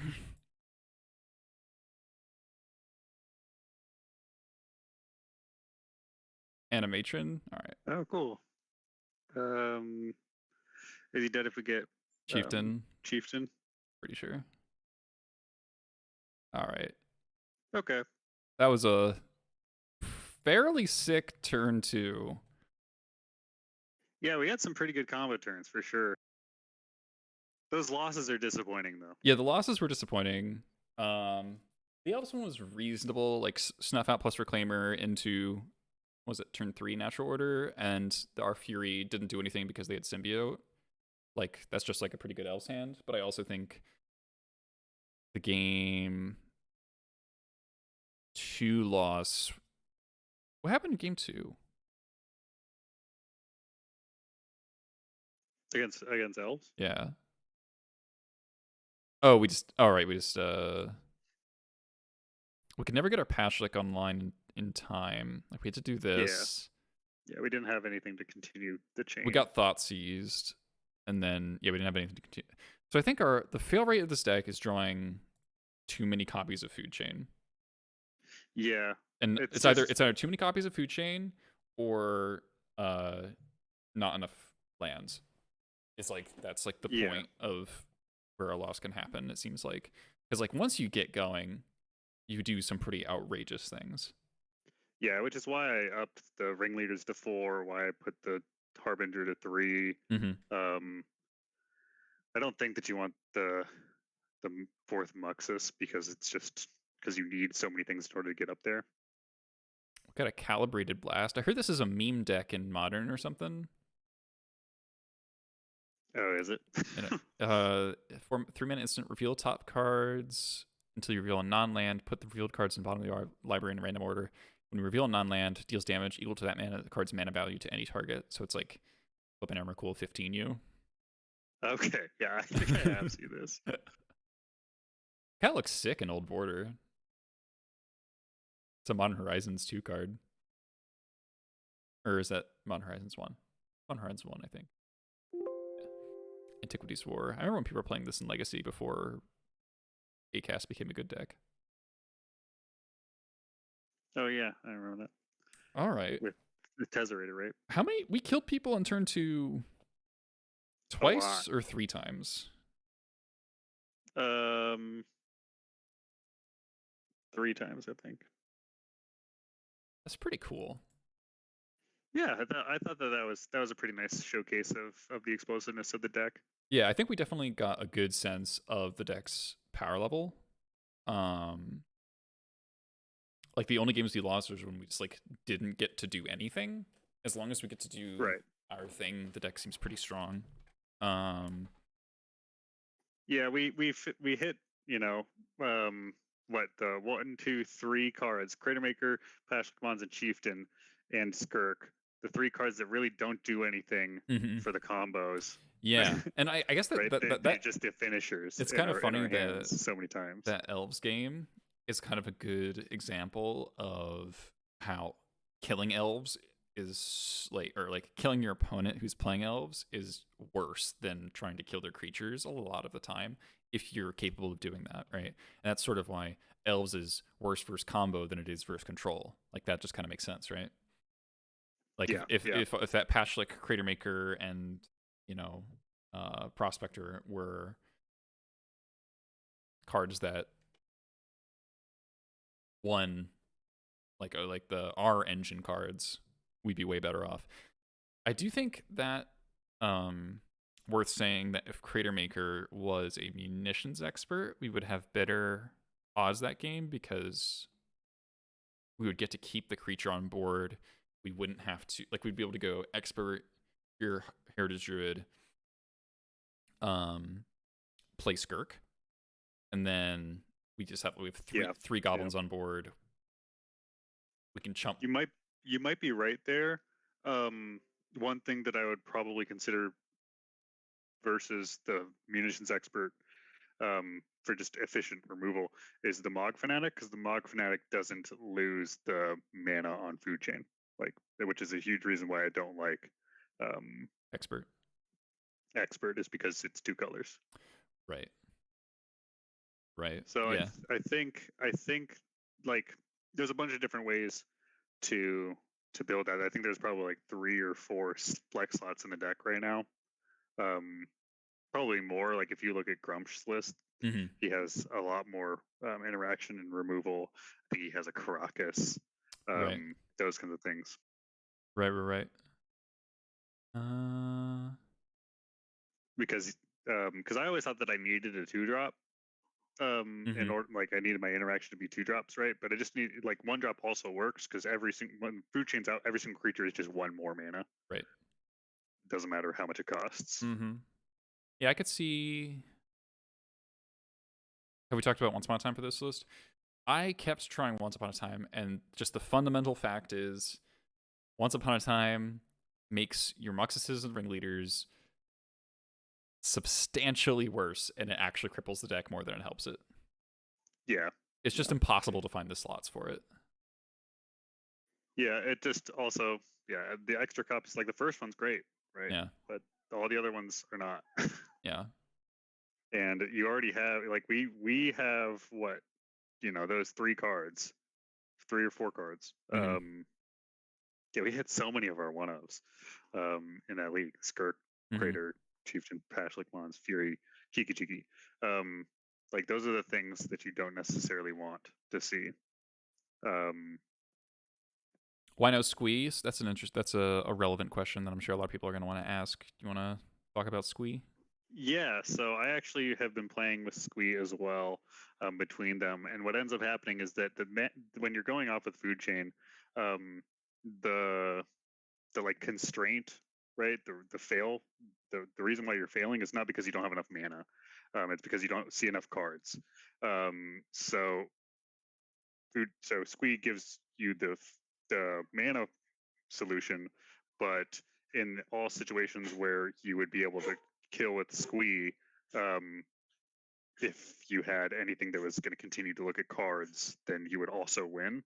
And those ones that also let you continue to look at cards are better outside of the combo than Squee, which is a 3-mana 2/1 never die. Yeah. I think Squee is nice in the situations where you're comboing on like very low cards as far in terms of like resources. That's when I've found Squee to be useful. But the way this deck is built is really to just like not get in that situation in the first place. Like maybe Squee makes your combo fail rate a little bit lower, but how many percentage points is that Squee costing you when you draw it, against, just like kind of normally. Yeah. How do you beat Resolve Torpor Orb? Torpor Orb is the Creator Maker and the Trash Master. You cannot Mass Vandal Torpor Orb because it's an ETB. Mass Vandal is a textless 1/3 with a Torpor Orb in play. Yeah. Yep.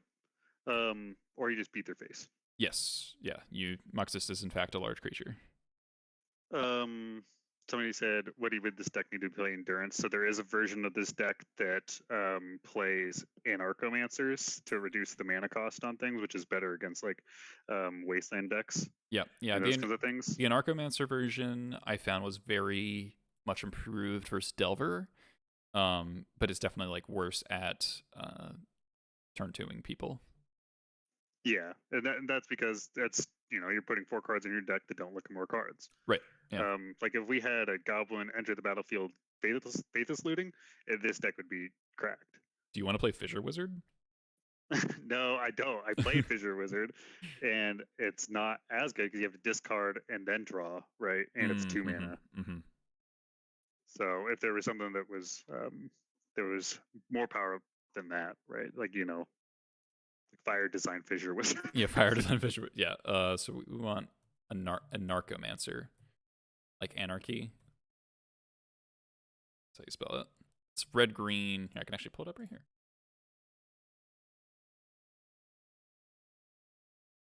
I have 12 copies of them for some reason. Red green 2/2. Each spell you cast that's red or green costs 1 less to cast.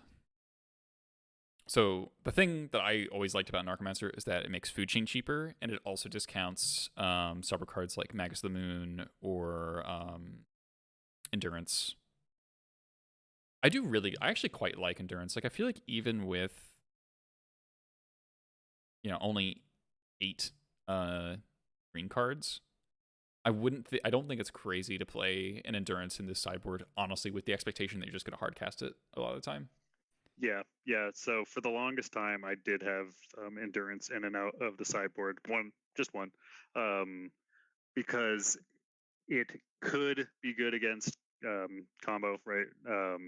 Yeah, like Doomsday is a bit of a tough matchup for this one because you just have no. I've lost my top 8 against Doomsday twice now. Yeah, I mean, I think the lack of Wasteland is a big deal. I think Food Chain is a very dazeable spell when you're trying to jam it to race a combo deck.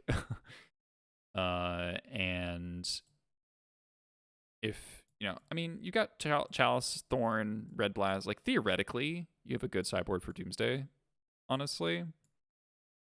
Like, you've got like a 9-card sideboard for Doomsday.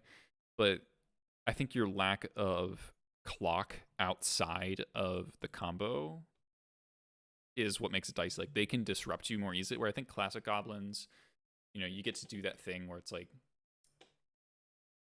sometimes you just race them with the Lacking Slam, which this deck can do too, but you can also delay the game with Wastes and Ports, and then, they cast Doomsday, and then you kill them with, like, Warchief Piledriver. Like, that happens a fair bit, whereas this deck can't go from,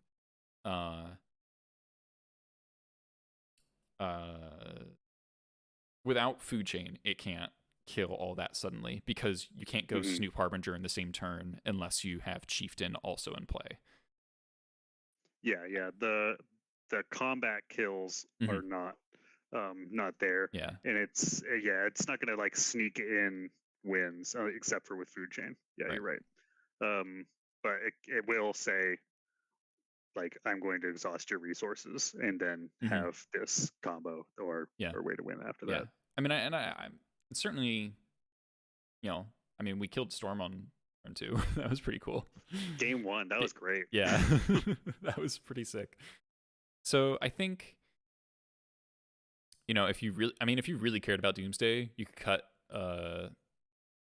like some amount of the lock pieces here. You could cut like the thorns for Mindbreak traps, something like that.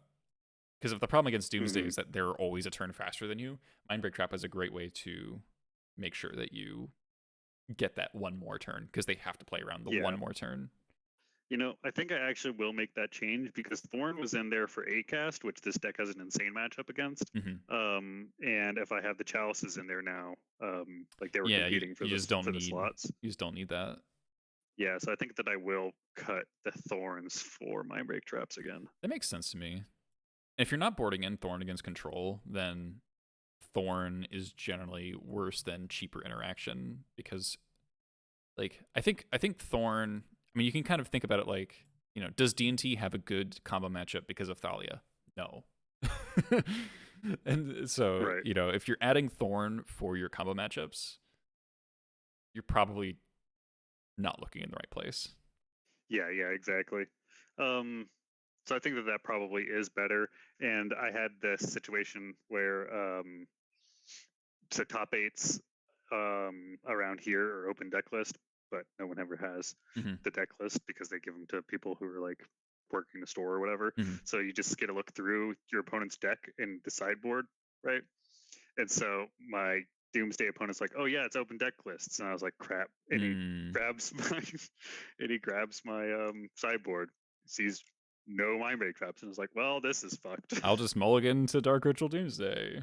Yep, and that's what they do. Yeah. When are we getting Mindbreak Trap up for 2 spells? Right. That'd be so fucked up. You want a double spell and it's just 0 mana hard counter. It would just be so that'd be so toxic. That would be insanely good. Just everybody is just like, okay, I'm gonna cast, thing go. Cast something on your end step, Yeah, exactly. When decide? Oh, they almost printed Leyline of Rule of Law. I want that one. Can we have that one? I guess that would fuck up this deck pretty bad.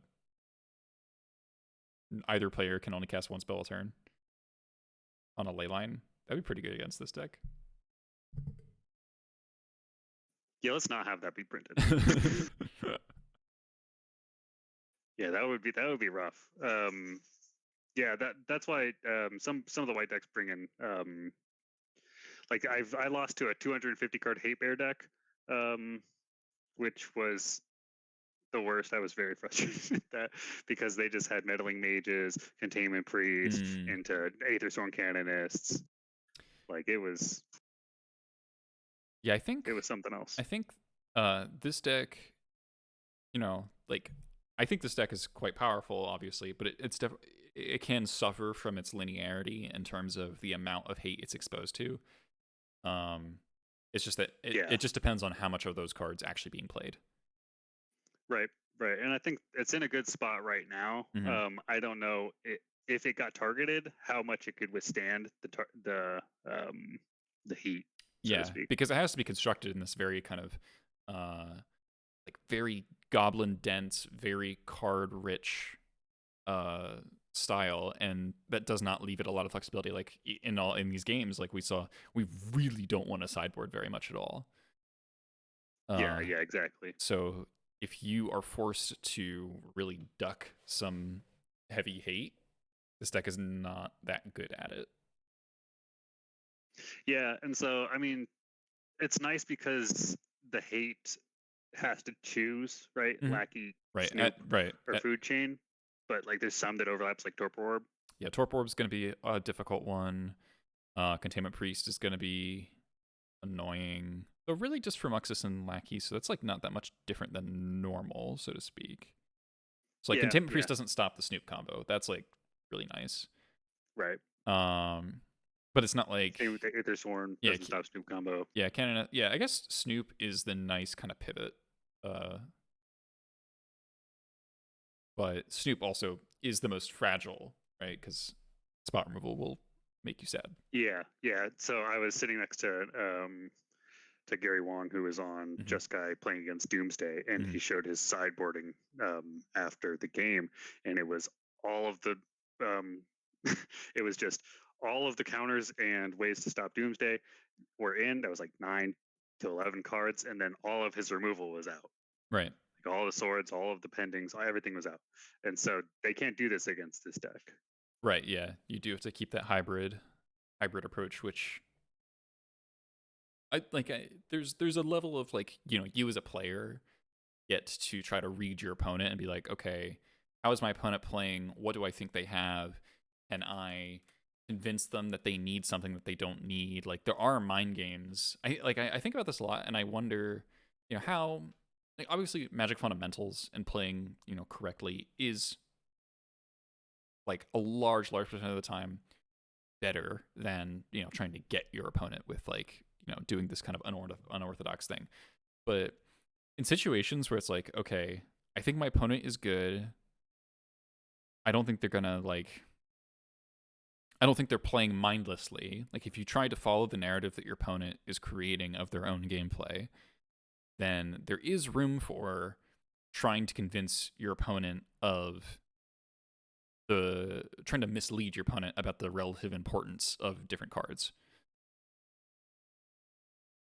So, like, maybe like, this isn't really what I'm talking about, but like a baseline example would be like playing a creature that you don't care about into a daze before playing your land drop. So, because you want them to daze that. And so you're just like, okay, they're going to think that I missed a land drop and daze the thing that I play, but I have land, I just don't want to play it yet. Yeah, there's a lot of room for that. Like I've played conspicuous Snoops off of Caverns in order to get the counter out of their hand so I can food chain next turn. Oh, like Those kinds of not things. using Cavern, you mean? Mm-hmm. Yeah, Yeah. yeah, yeah, yeah. I really like that. And I think Cavern is a card that offers a lot of those opportunities where it's like, I'm going to play something with a Cavern in my hand, and I think that this is especially true if you have a non-creature that you want to resolve, is you actively don't want to use Cavern. Like, if Right. your most important card is a non-creature, Cavern is actually kind of bad because it leaves your opponent no way to misplay. Yeah, and what's weird about Cavern is that they don't pitch.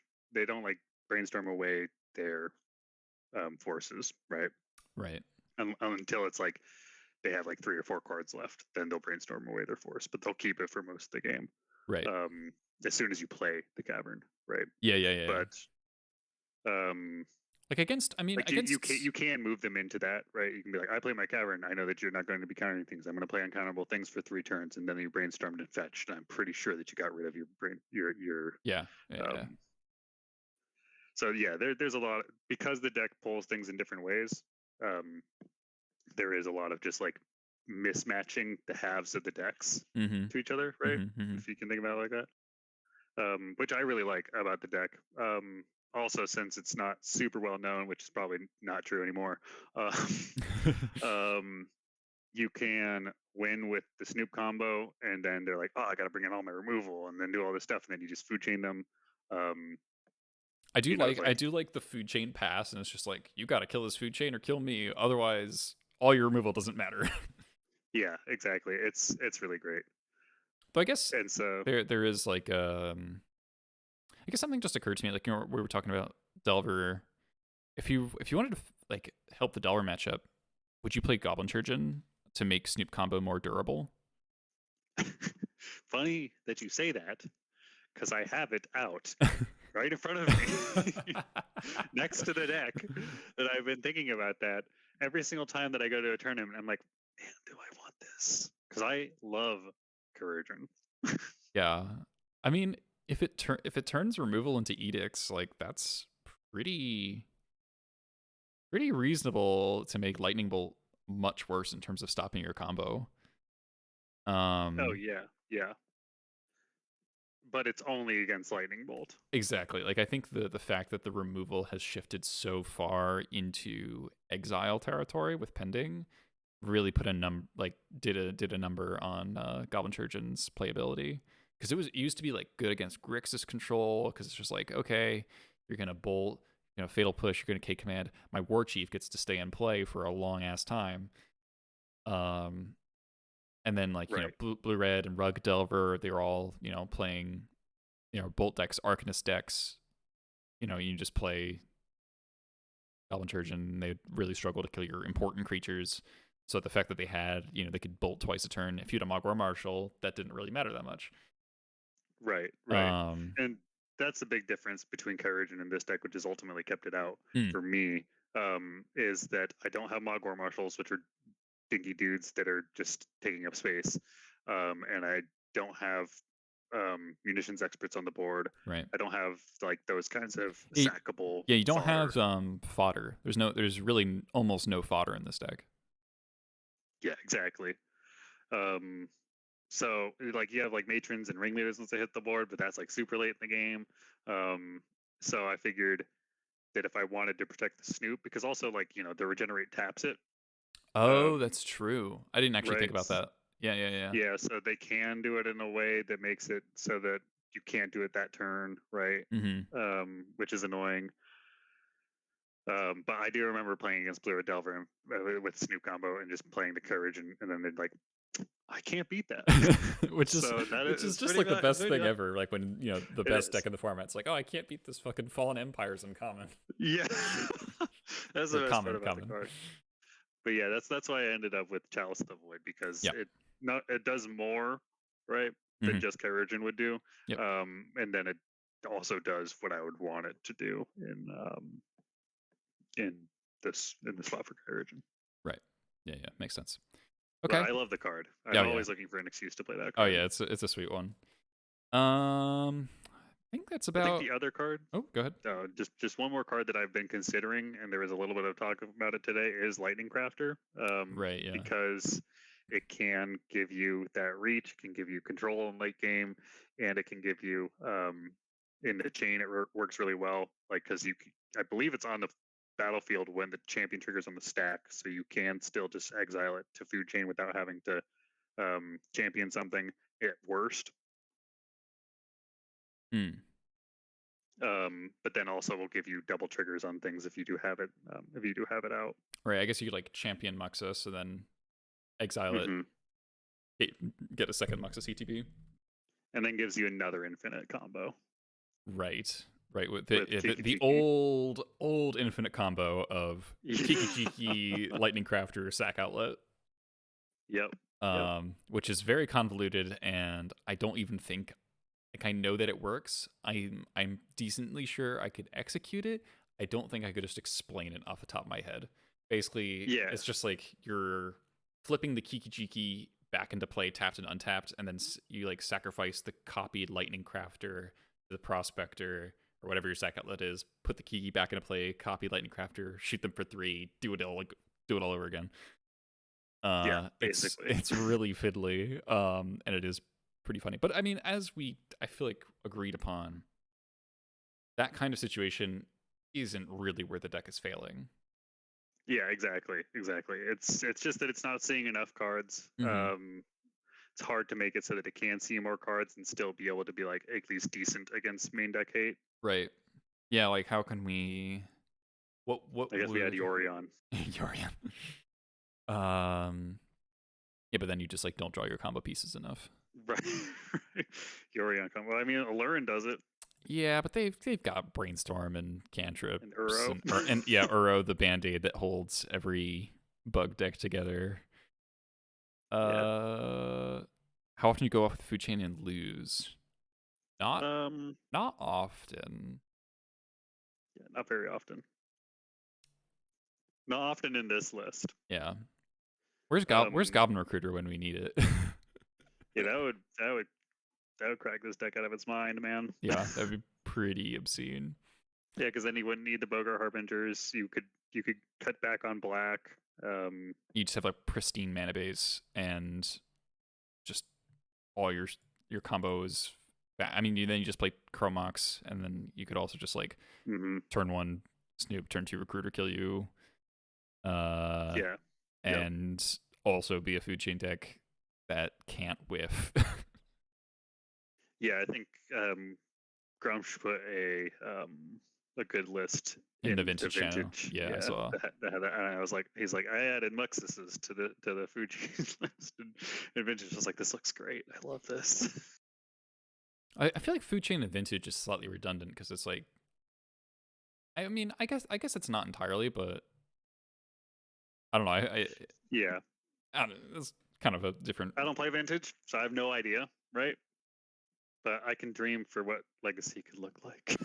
I guess Sovereign Library could be a card for this deck in terms of digging for more. Uh, helps with the consistency problem. And you can set Yeah, up I your could totally draw, see that. and you could set up your draw step for Snoop, which could be nice. It's like, okay, look at the top three. Put a goblin that I can cast on top, and then go Snoop, cast that goblin, and so Yeah, you get yeah, that's cards off the library without having to pay the life. Yeah, I could see that.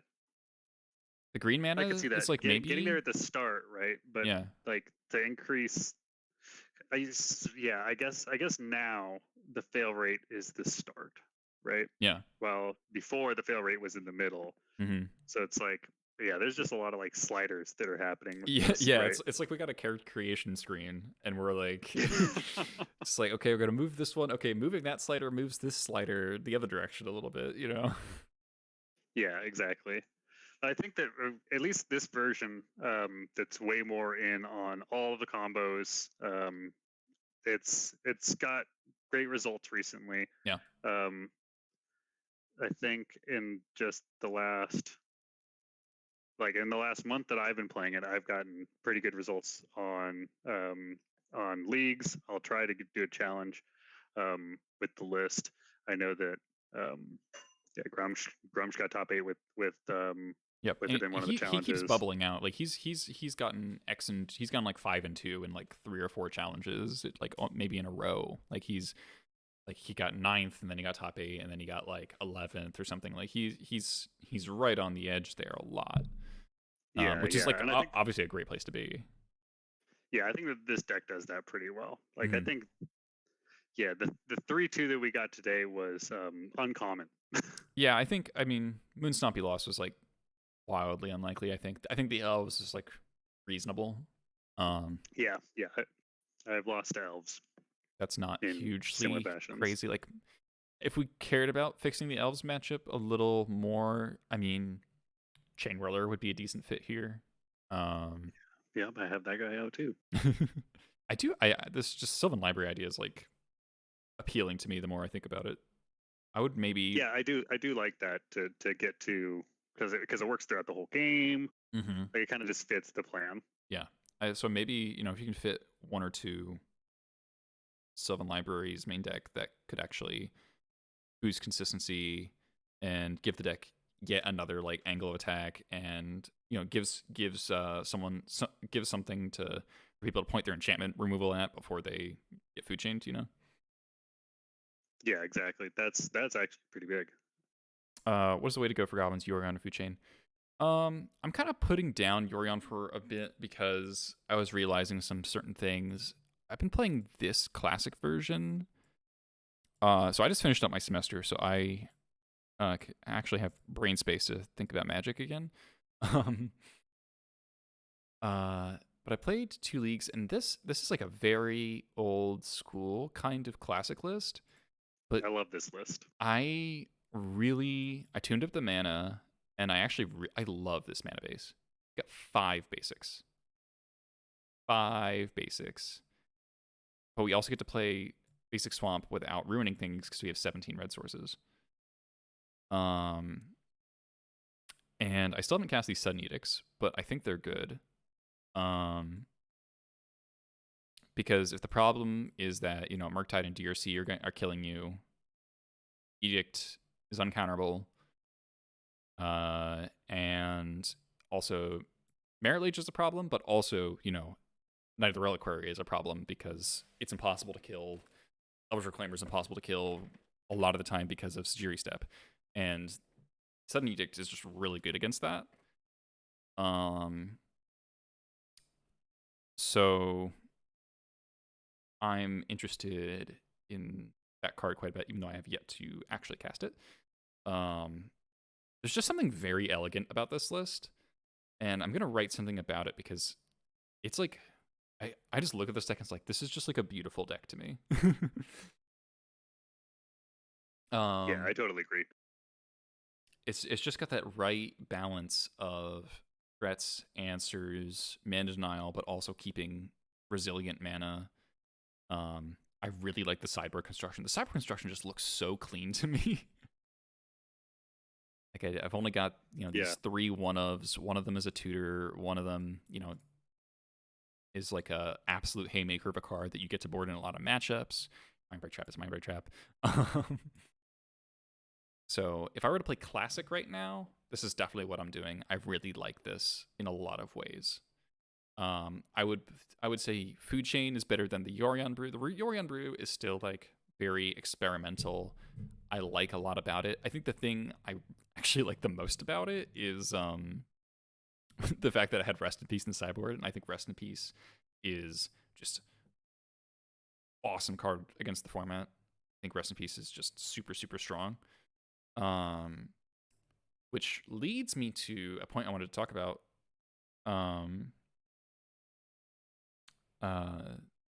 Have you Unlicensed Hearse, I think is the card? Me? Yeah. So I think it's great. So this is a 2-mana vehicle that it is 2 mana star. It's tap, exile 2 target cards from either a graveyard or an opponent's graveyard. Chain up so people.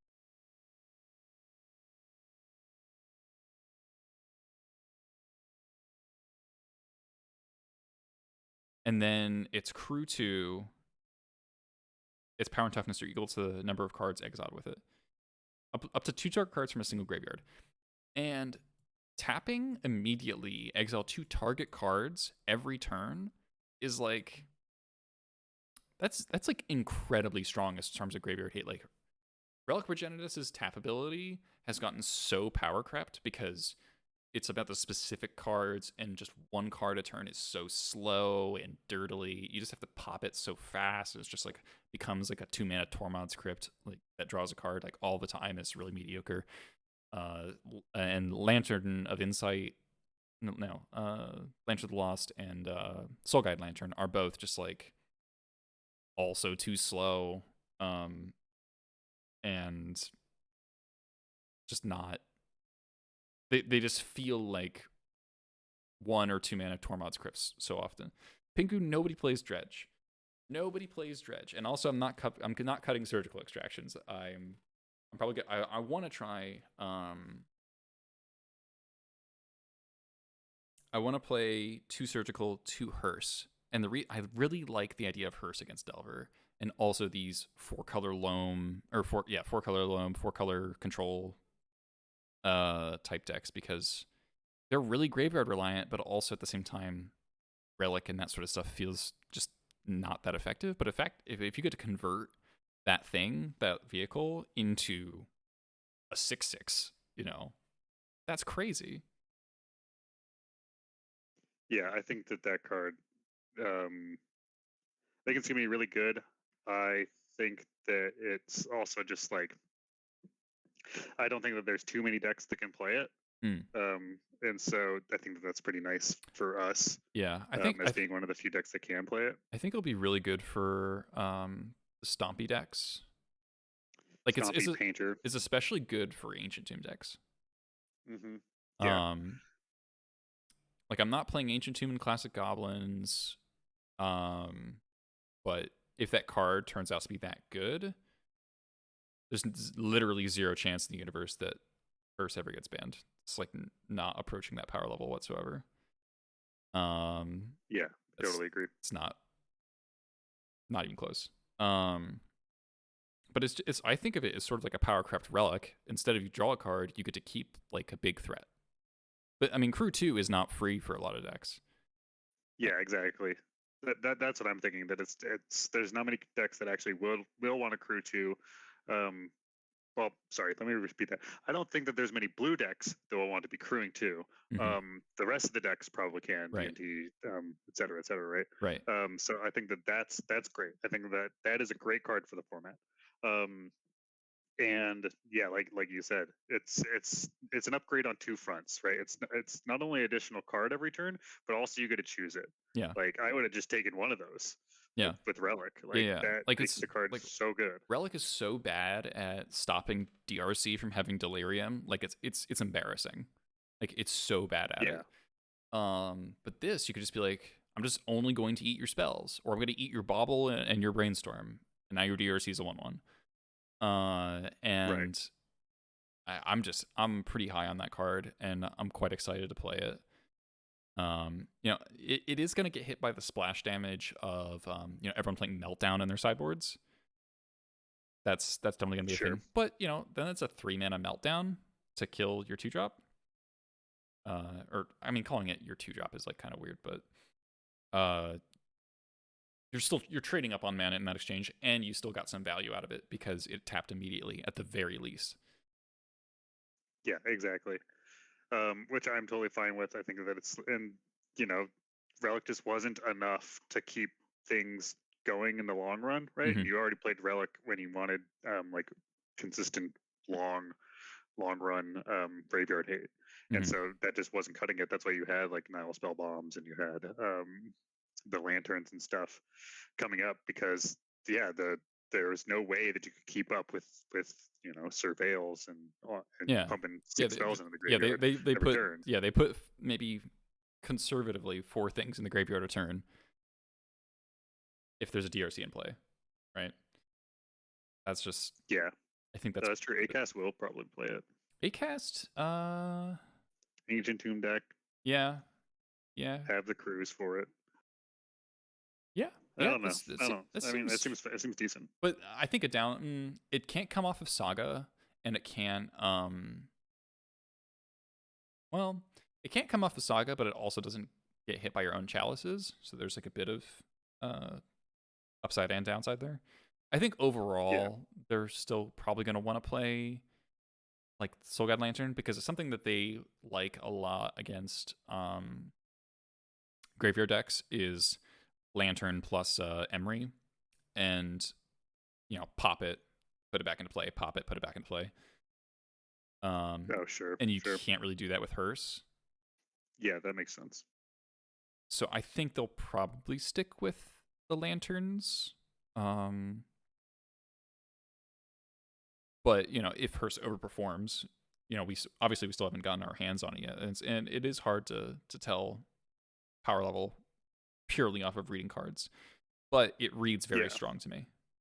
and they already have like a pretty good Delver matchup, I believe, right? They're fine against Delver.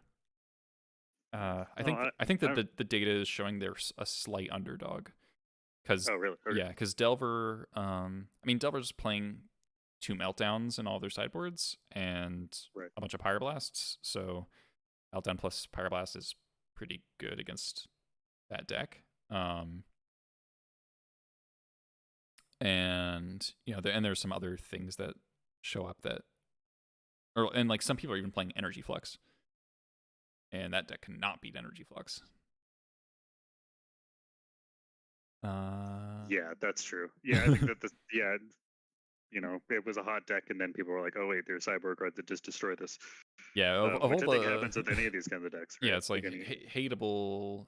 If there's ever been something that's been hateable in the history of Magic, is artifacts, right? It's just like right.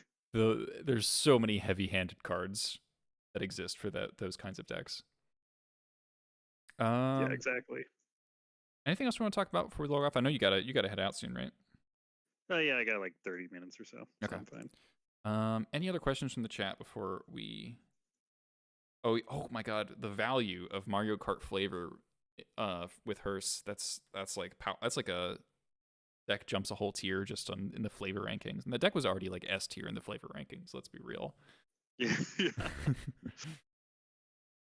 yeah. It is pretty good. I don't think that I'm going to play Hearse in Food Chain though, because Food Chain doesn't really care about that long game as much.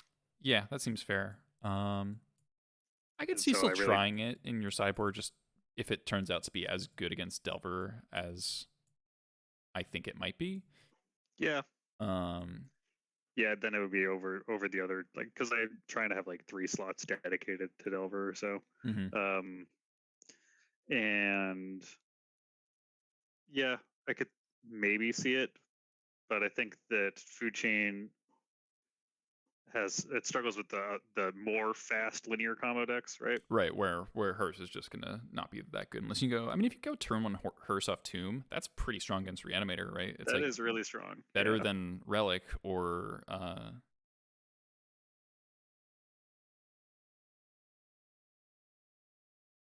I don't Yeah. I don't think Reanimator is gonna be very good against Hearse at all. It's like sits in play and then like you have to do the like exhume, entomb, and response type thing. That's a lot of resources. And that's like the same as like, Yeah. you know, a Tormod script or whatever. And you have to force them to tap the hearse. Right. Yeah. You have to have like entomb, put a thing in, exhume, first tap resolves, entomb again. Yeah. But like that's a lot of things. Yeah. The only thing that sucks is that when you make it a big guy, it can't Yeah, right. Yeah, yeah. eat. It's a 2 mana Tormod script. I mean, sure, but no. No, Except for because that it doesn't do any of the same things. like it's not because, you know, if your opponent doesn't have the entomb exhume type thing or like a ton of mana, it will stop them comboing multiple times where it's like, you know, Tormod's Crypt only ever trades with uh one enabler, one payoff, right? Whereas this can trade with, it can blank their whole hand until they get to do that trick or have a shatter, but same thing happens with Tormod's Crypt. So obviously it's worse than Tormod's Crypt against Reanimator because it's 2 mana. Like that's obviously true. But once they're in play, it's arguably better.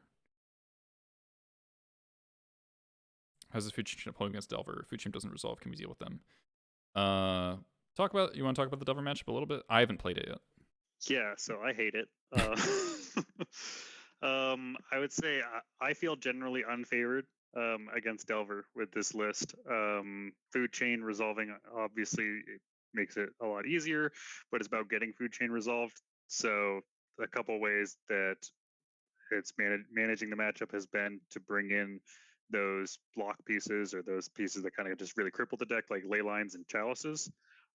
Chalice specifically, really great because of stops them from actually stopping your Snoop combo. But Delver can just have pretty nuts hands against you where they're just bolting and wastelanding you, and then have soft permission on the food chain. They can make it so that if they lines up right, that they just can win. Um, but other than that, I mean, a lot of the times what happens right now is you'll play Lackey, they'll answer it, you'll play Snoop, they'll answer it, you'll play, you know, Pashlik Mons, they'll answer it. Or you try to like repeat your threats out and they'll answer them, you know, like 5 removal spells, and then they'll just cast an 8/8 dragon. And you have to deal with that. And you're like, okay, well, shit. So I think that in general, I think it is worse off against Delver, but I also think that Delver is like incredibly strong. Yeah. I think you know, if you're talking about sideboarding against Delver, I think that is a matchup I would actually want to shave Food Chain if I'm boarding. If the plan is lock pieces into Snoop combo, I'm not really thrilled with this hard to resolve off color, Mm-hmm. you know, Food Chain. Yes. Yeah, I've been back and forth on if I keep food chains in. It's a matchup that I just haven't cracked yet. Yeah. I am positive in, I think I've played it 7 times. I've won 4, which I don't think is like significant Right. to make any assumptions off of. Um, so it's not like it's the worst matchup in the world. But I do think that it is not good. Yeah. So I think this. I mean, With only 2 chalices, you probably do want some number of red blasts still, and you just accept that if you chalice them, you'll probably be fine if you have a red blast stuck in your hand, because they're chaliced.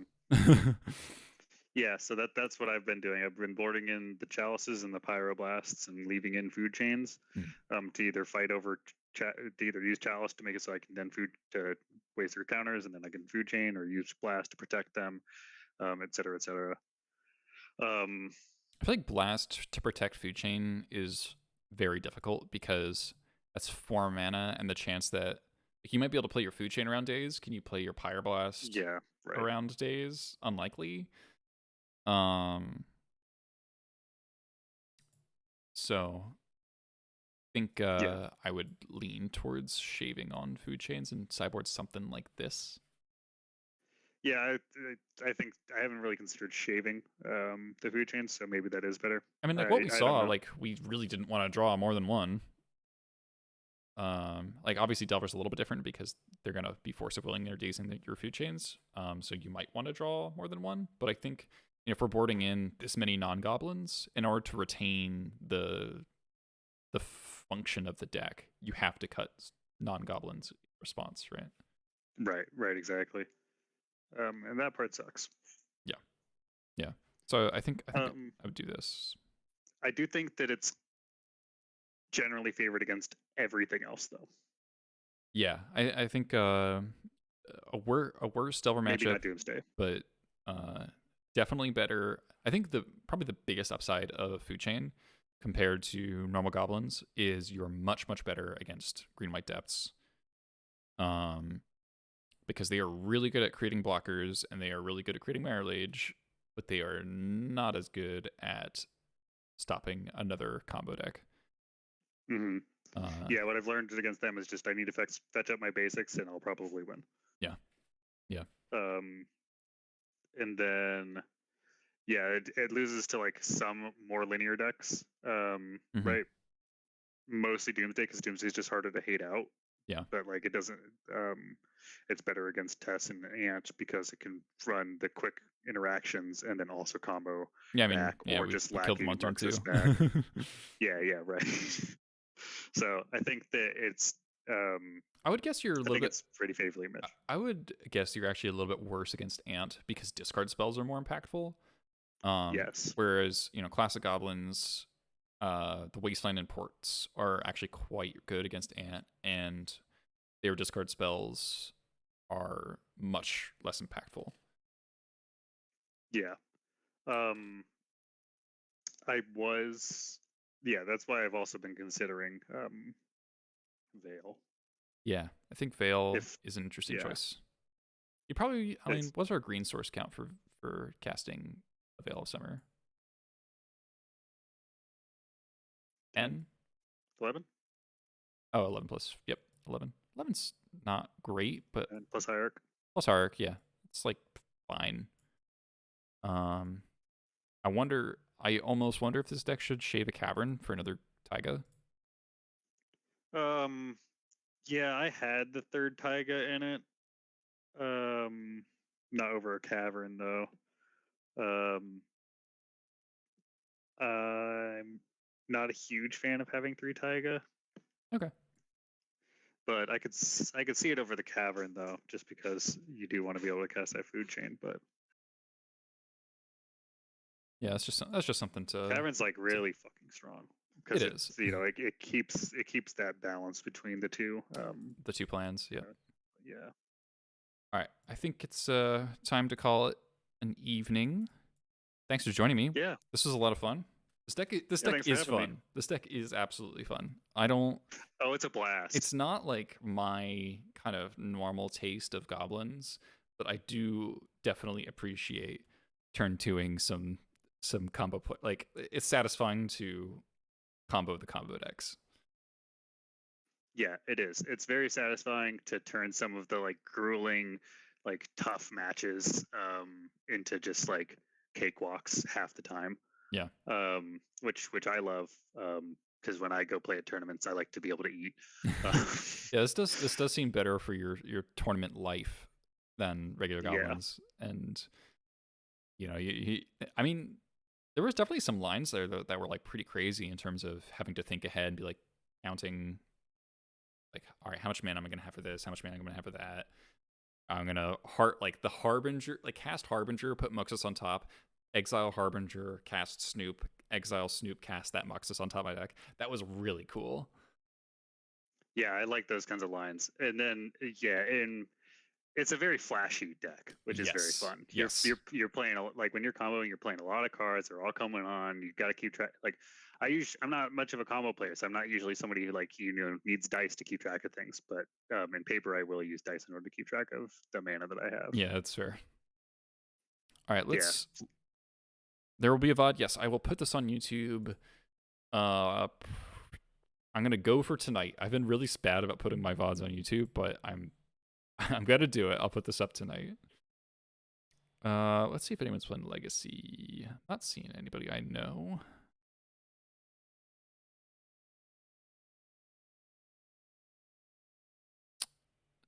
Someone fake. That name sounds familiar.